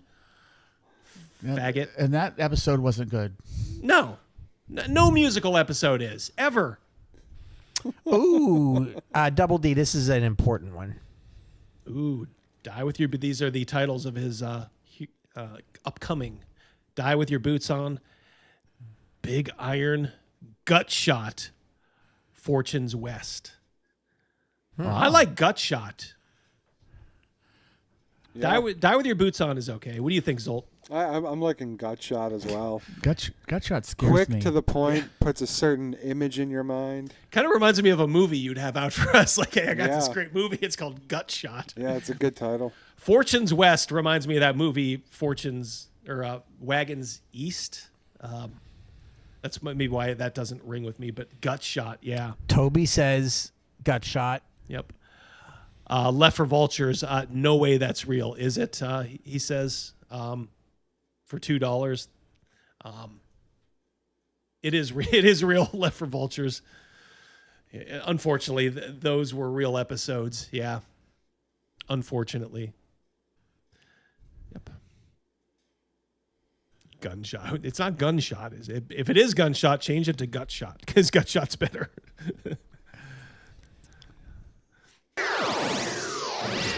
Enters. All right. Is this the lunacy? No, this is the last part of Zach, and then we'll go straight to lunacy, and then we'll go right into our thing. You read that one. I We're did. all Yeah, caught thank up. you. Left Okay, yeah, we have one more. We're caught up. Yeah. Oh, except we'll do tabletop epics, cultural equivalent of I didn't hear her say no. Yeah. Oh gosh. All right. So, do you recognize the guy in the white pants and gray sweatshirt? No. Look at him. So this was made a couple years ago. I don't know what channel this is. These guys are actually leftists. So they were actually trying to take the piss out of Zach when they thought he was still a righty. So they may love this now. But this is what they uncovered. Frey, along with his girlfriend. Is that someone spanking her with like a cat of nine tails? Just listen. There he is, Richard Meyer, who is a U.S. Marine Corps veteran. And he's got the USMC. Is that a fact? It is fact, yeah. Even though he talks like the biggest fucking pussy I've ever heard. I'm sorry. He's a big bitch. Should have had these a little bit more organized, and I feel like I say that every week. It's okay. Yes, you got a bit editing is distracted. accurate, It's don't fine. worry. It's really hard to get Canyon through slowed down. the editing of all this stuff, and just ew.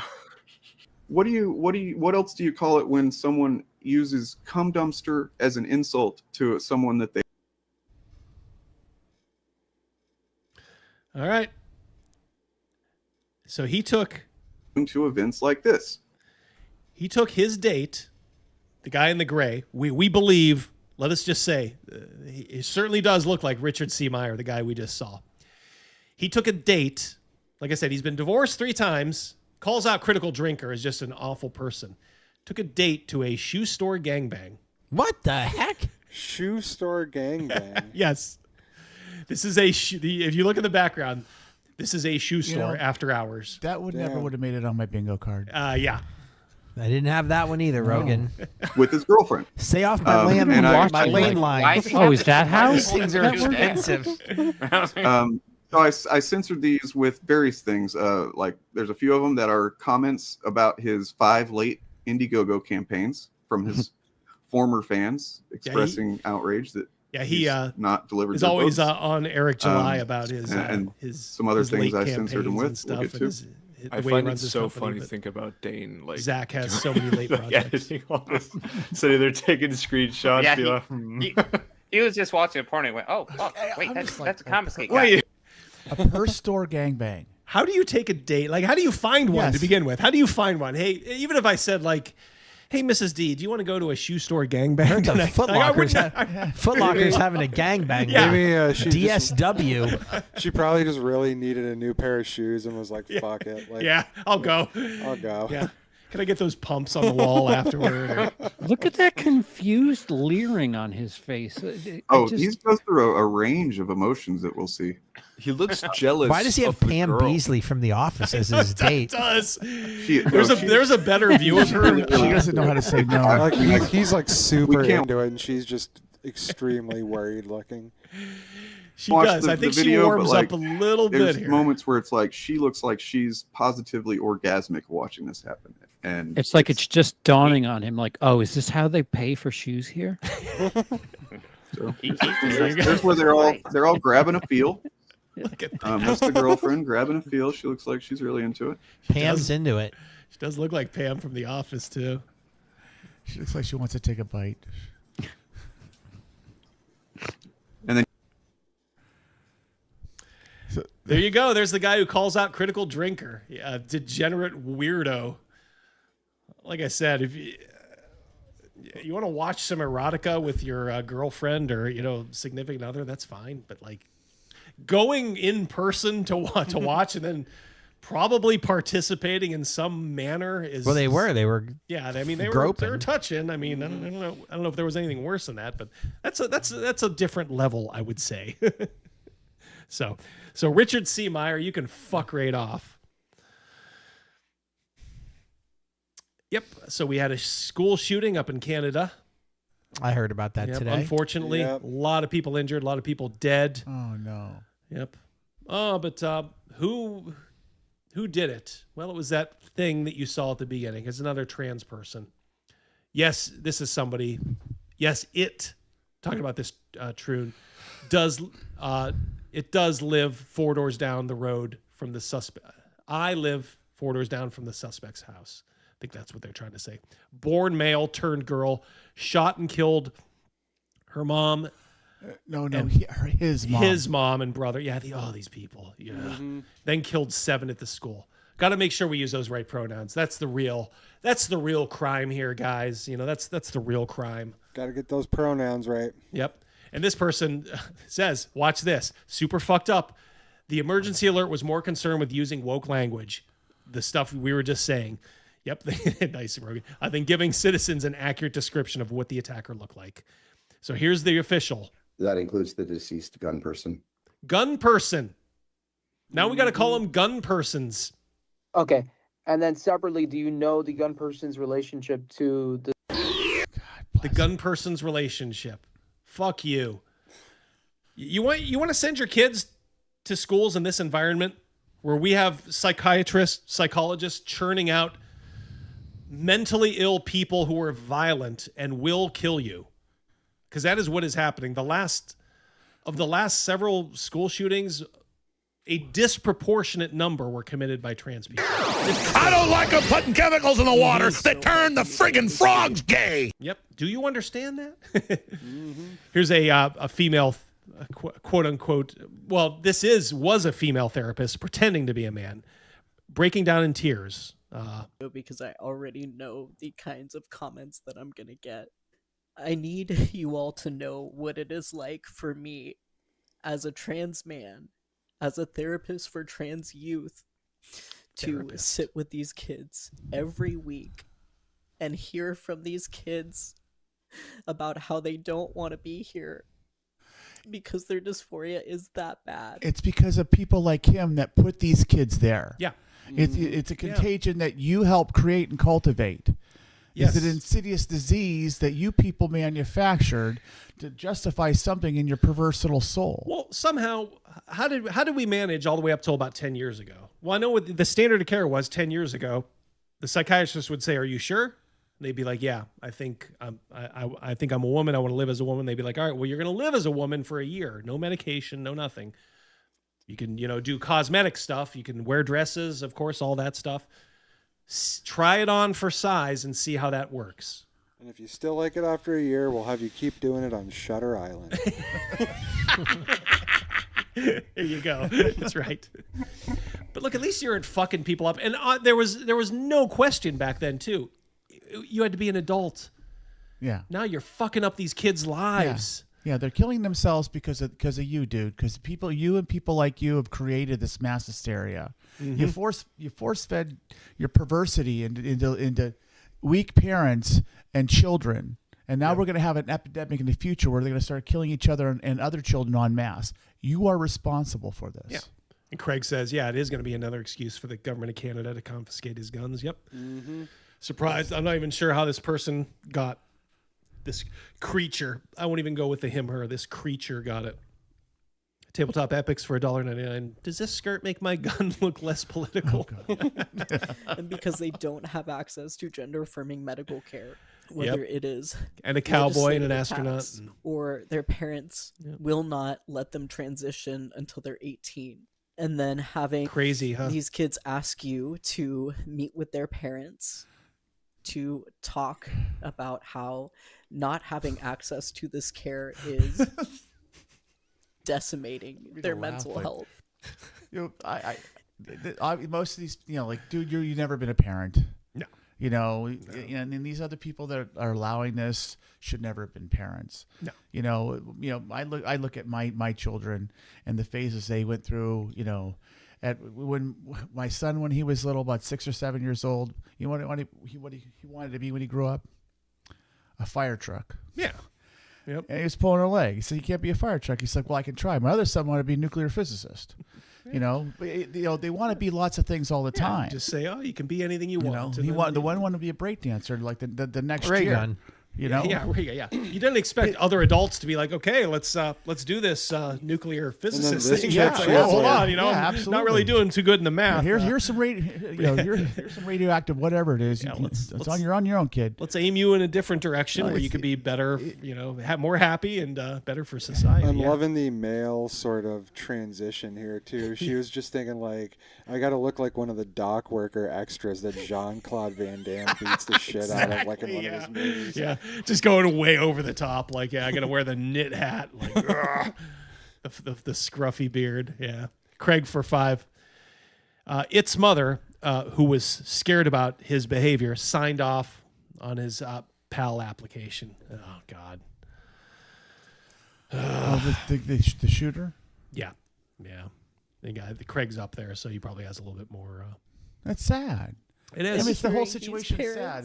It's off what the young person did, but it's sad. And referencing detransitioners and other trans adults. Here he is lamenting parents who are like, "Hold on, before we start injecting my kid with dangerous chemicals, should we maybe listen to these people who did it and then thought better of it?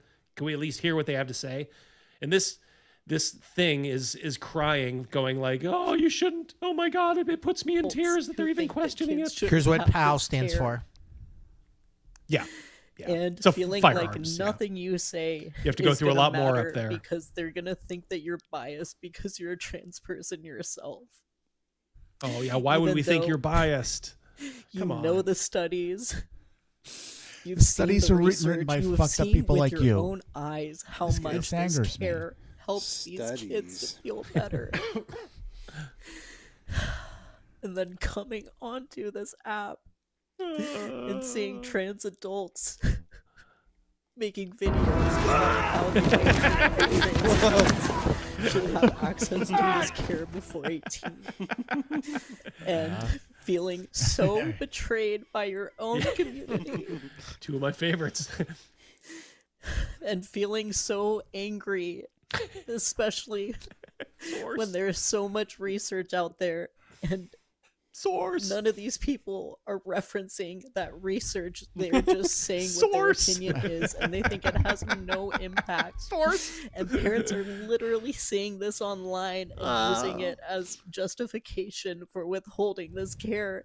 And you Withholding have to sit and withholding the hold all of poisoning that of How their long kids. is this TikTok? I thought these things are supposed to be like 15, 20 seconds. You know what I'm withholding not here care to is? start a fight. It's not having not I having just the money need to you buy all the to insulin know for your child. what it is This like is for me not to this. hold This is not Shooting him up with testosterone is not. No. No. Thank you, Disco. Oh, jeez. Yeah. That's a. Whoa. She's almost showing something there. She can crochet. Whoa! Look, ice. Looks like Violet, like in the Willy Wonka when she got blown up like a blueberry. Yeah, Violet Beauregard. Yeah.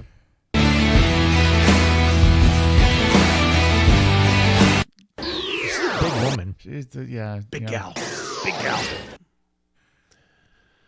Yeah, so this is Issaquah, Washington. They let their kids out of school to protest ICE, and then they immediately start attacking a mother.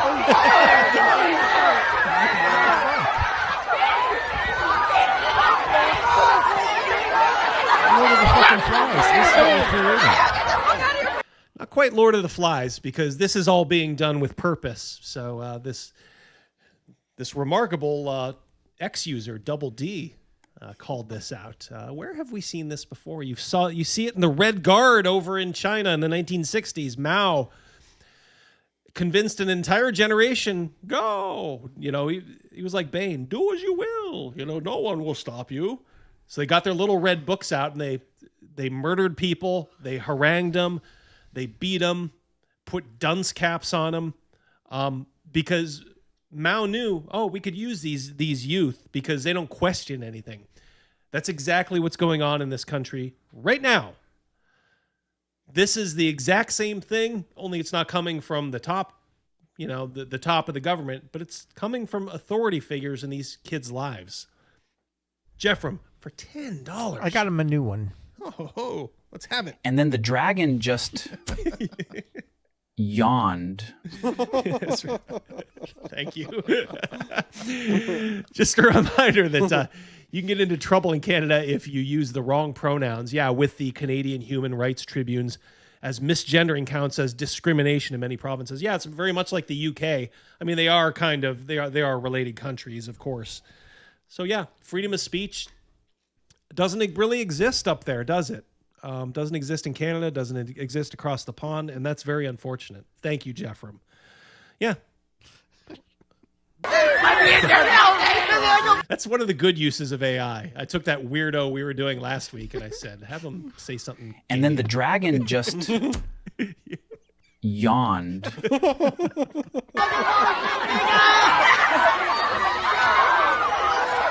It's frightening, though. Stop this attack. They will, like right now. So they're just right now they're just attacking. With a little bit. It's a couple of women. But what happens when they have weapons and people start instigating? Like, yeah, kill them. Absolutely kill them. Nothing's gonna happen to us.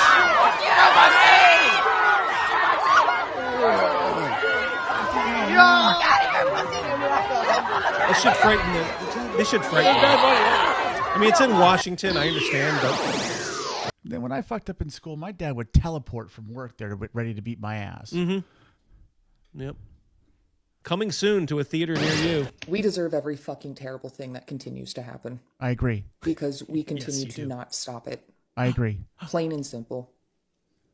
And I have set out a deadline for myself where if we are not going to be wheeling out guillotines, I am punching my ticket because I refuse to live like this anymore. You're going to write it down? Hopefully that day is soon. Yeah, I was going to say, can we get that in writing, please? Are you going to live stream it? Can we get that notarized and is it a promise? All official? Pinky promise? Because I don't think those guillotines are coming out anytime soon. Double dog and I refuse to live like this, surrounded by so many goddamn cowards that can make excuse after excuse after excuse. You know who she looks like? The girl in that video. What are your pronouns? Just cut my hair. Just cut my hair. I was thinking the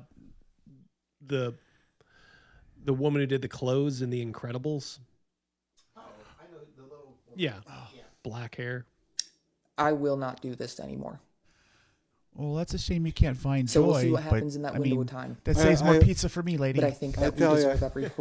I love how many of these people are just like, they have this revolutionary attitude where something insane needs to happen, but they're just getting pissed off on the internet that someone else isn't doing it for them, which is pretty much the whole. Oh, I know. Yeah, they have no guts themselves. Yeah, it's like just everybody do everything for me, including the revolution. Horrific thing that continues to happen to us because they're gutless because they know what's going on isn't worthy of what they're saying, but they just want other people to do it. Exactly. That passes that we do fucking nothing to stop we'll do one more and then we'll switch over for the movie. I just walked out of a date. You want to know why? Of course you do. Because what else do you want to hear about on a Tuesday afternoon? Happy Black History Month, by the way. So basically, we were talking about racism. Yes, he's a white man. He was telling me about how he has a bunch of black friends and they don't really bring up racism. And I was like, oh, well, it's likely that they just don't talk about it around you. They don't feel comfortable talking about it with you, or they don't want to offend you or whatever. Like, it's not that they never talk about it or think about it. And he's like, well, I highly doubt that. I think that they just don't really think about it. And I'm like, you can't speak for them. You can't speak on their experience. And I said something like, Black people that try to deny racism and deny the Black experience in order to appeal to white acceptance, you know, we call them coons, and that's very embarrassing. And he was like, that's racist. And I was like, that's not racist. I'm Black, for one. I'm saying about other Black people. I'm Black. And he's like, yeah, but that's pretty bad. That's pretty much like me saying that someone with mental disabilities is the R word, but he said the actual word. And I was like, that is not the same thing. Crazy and then Crazy eyes. I said something like, you know, Black people can't be racist, aka reverse racism does not exist. And he tried to say, well, I'm educated. I know what racism is. And I said, I'm not about to sit here and let a white man tell me what is racist and what is not. Dude. She wasn't out there to go to date. She was going there for confrontation and education for herself. And even this dude is probably way too. I mean, this because unless she's saying like, did you know he told me to fuck off and go to hell?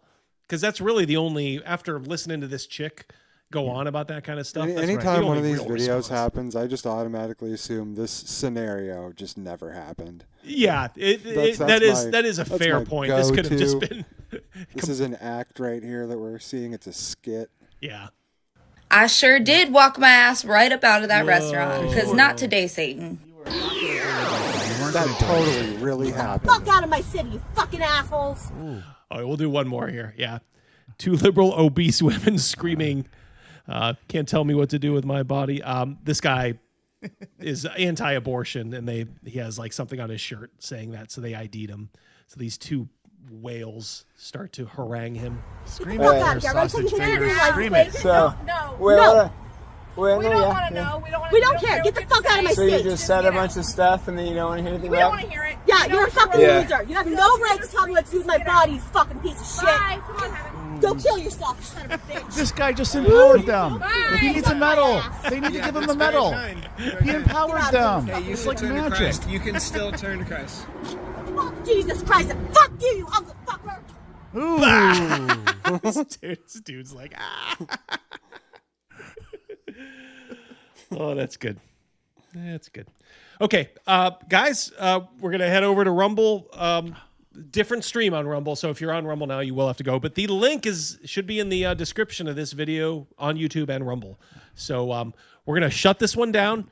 Give us a couple minutes, and we will fire the new one up for you guys. So I think we got all the chats. So thanks, guys, for tuning in. If any of you are dropping out now, we'll see you next week. But I hope you all enjoy us for the movie, which I think you're going to like, over on Rumble. So give us 2 shakes of a lamb's tail. Good to see you, Foxy, too. Yep, see you, Chris. But yeah, like I said, hopefully most of you guys go on over. So I am going to end the stream here. So I need control here. And all right, guys, we'll see you in 2 and 2, as they say. I am gonna head home.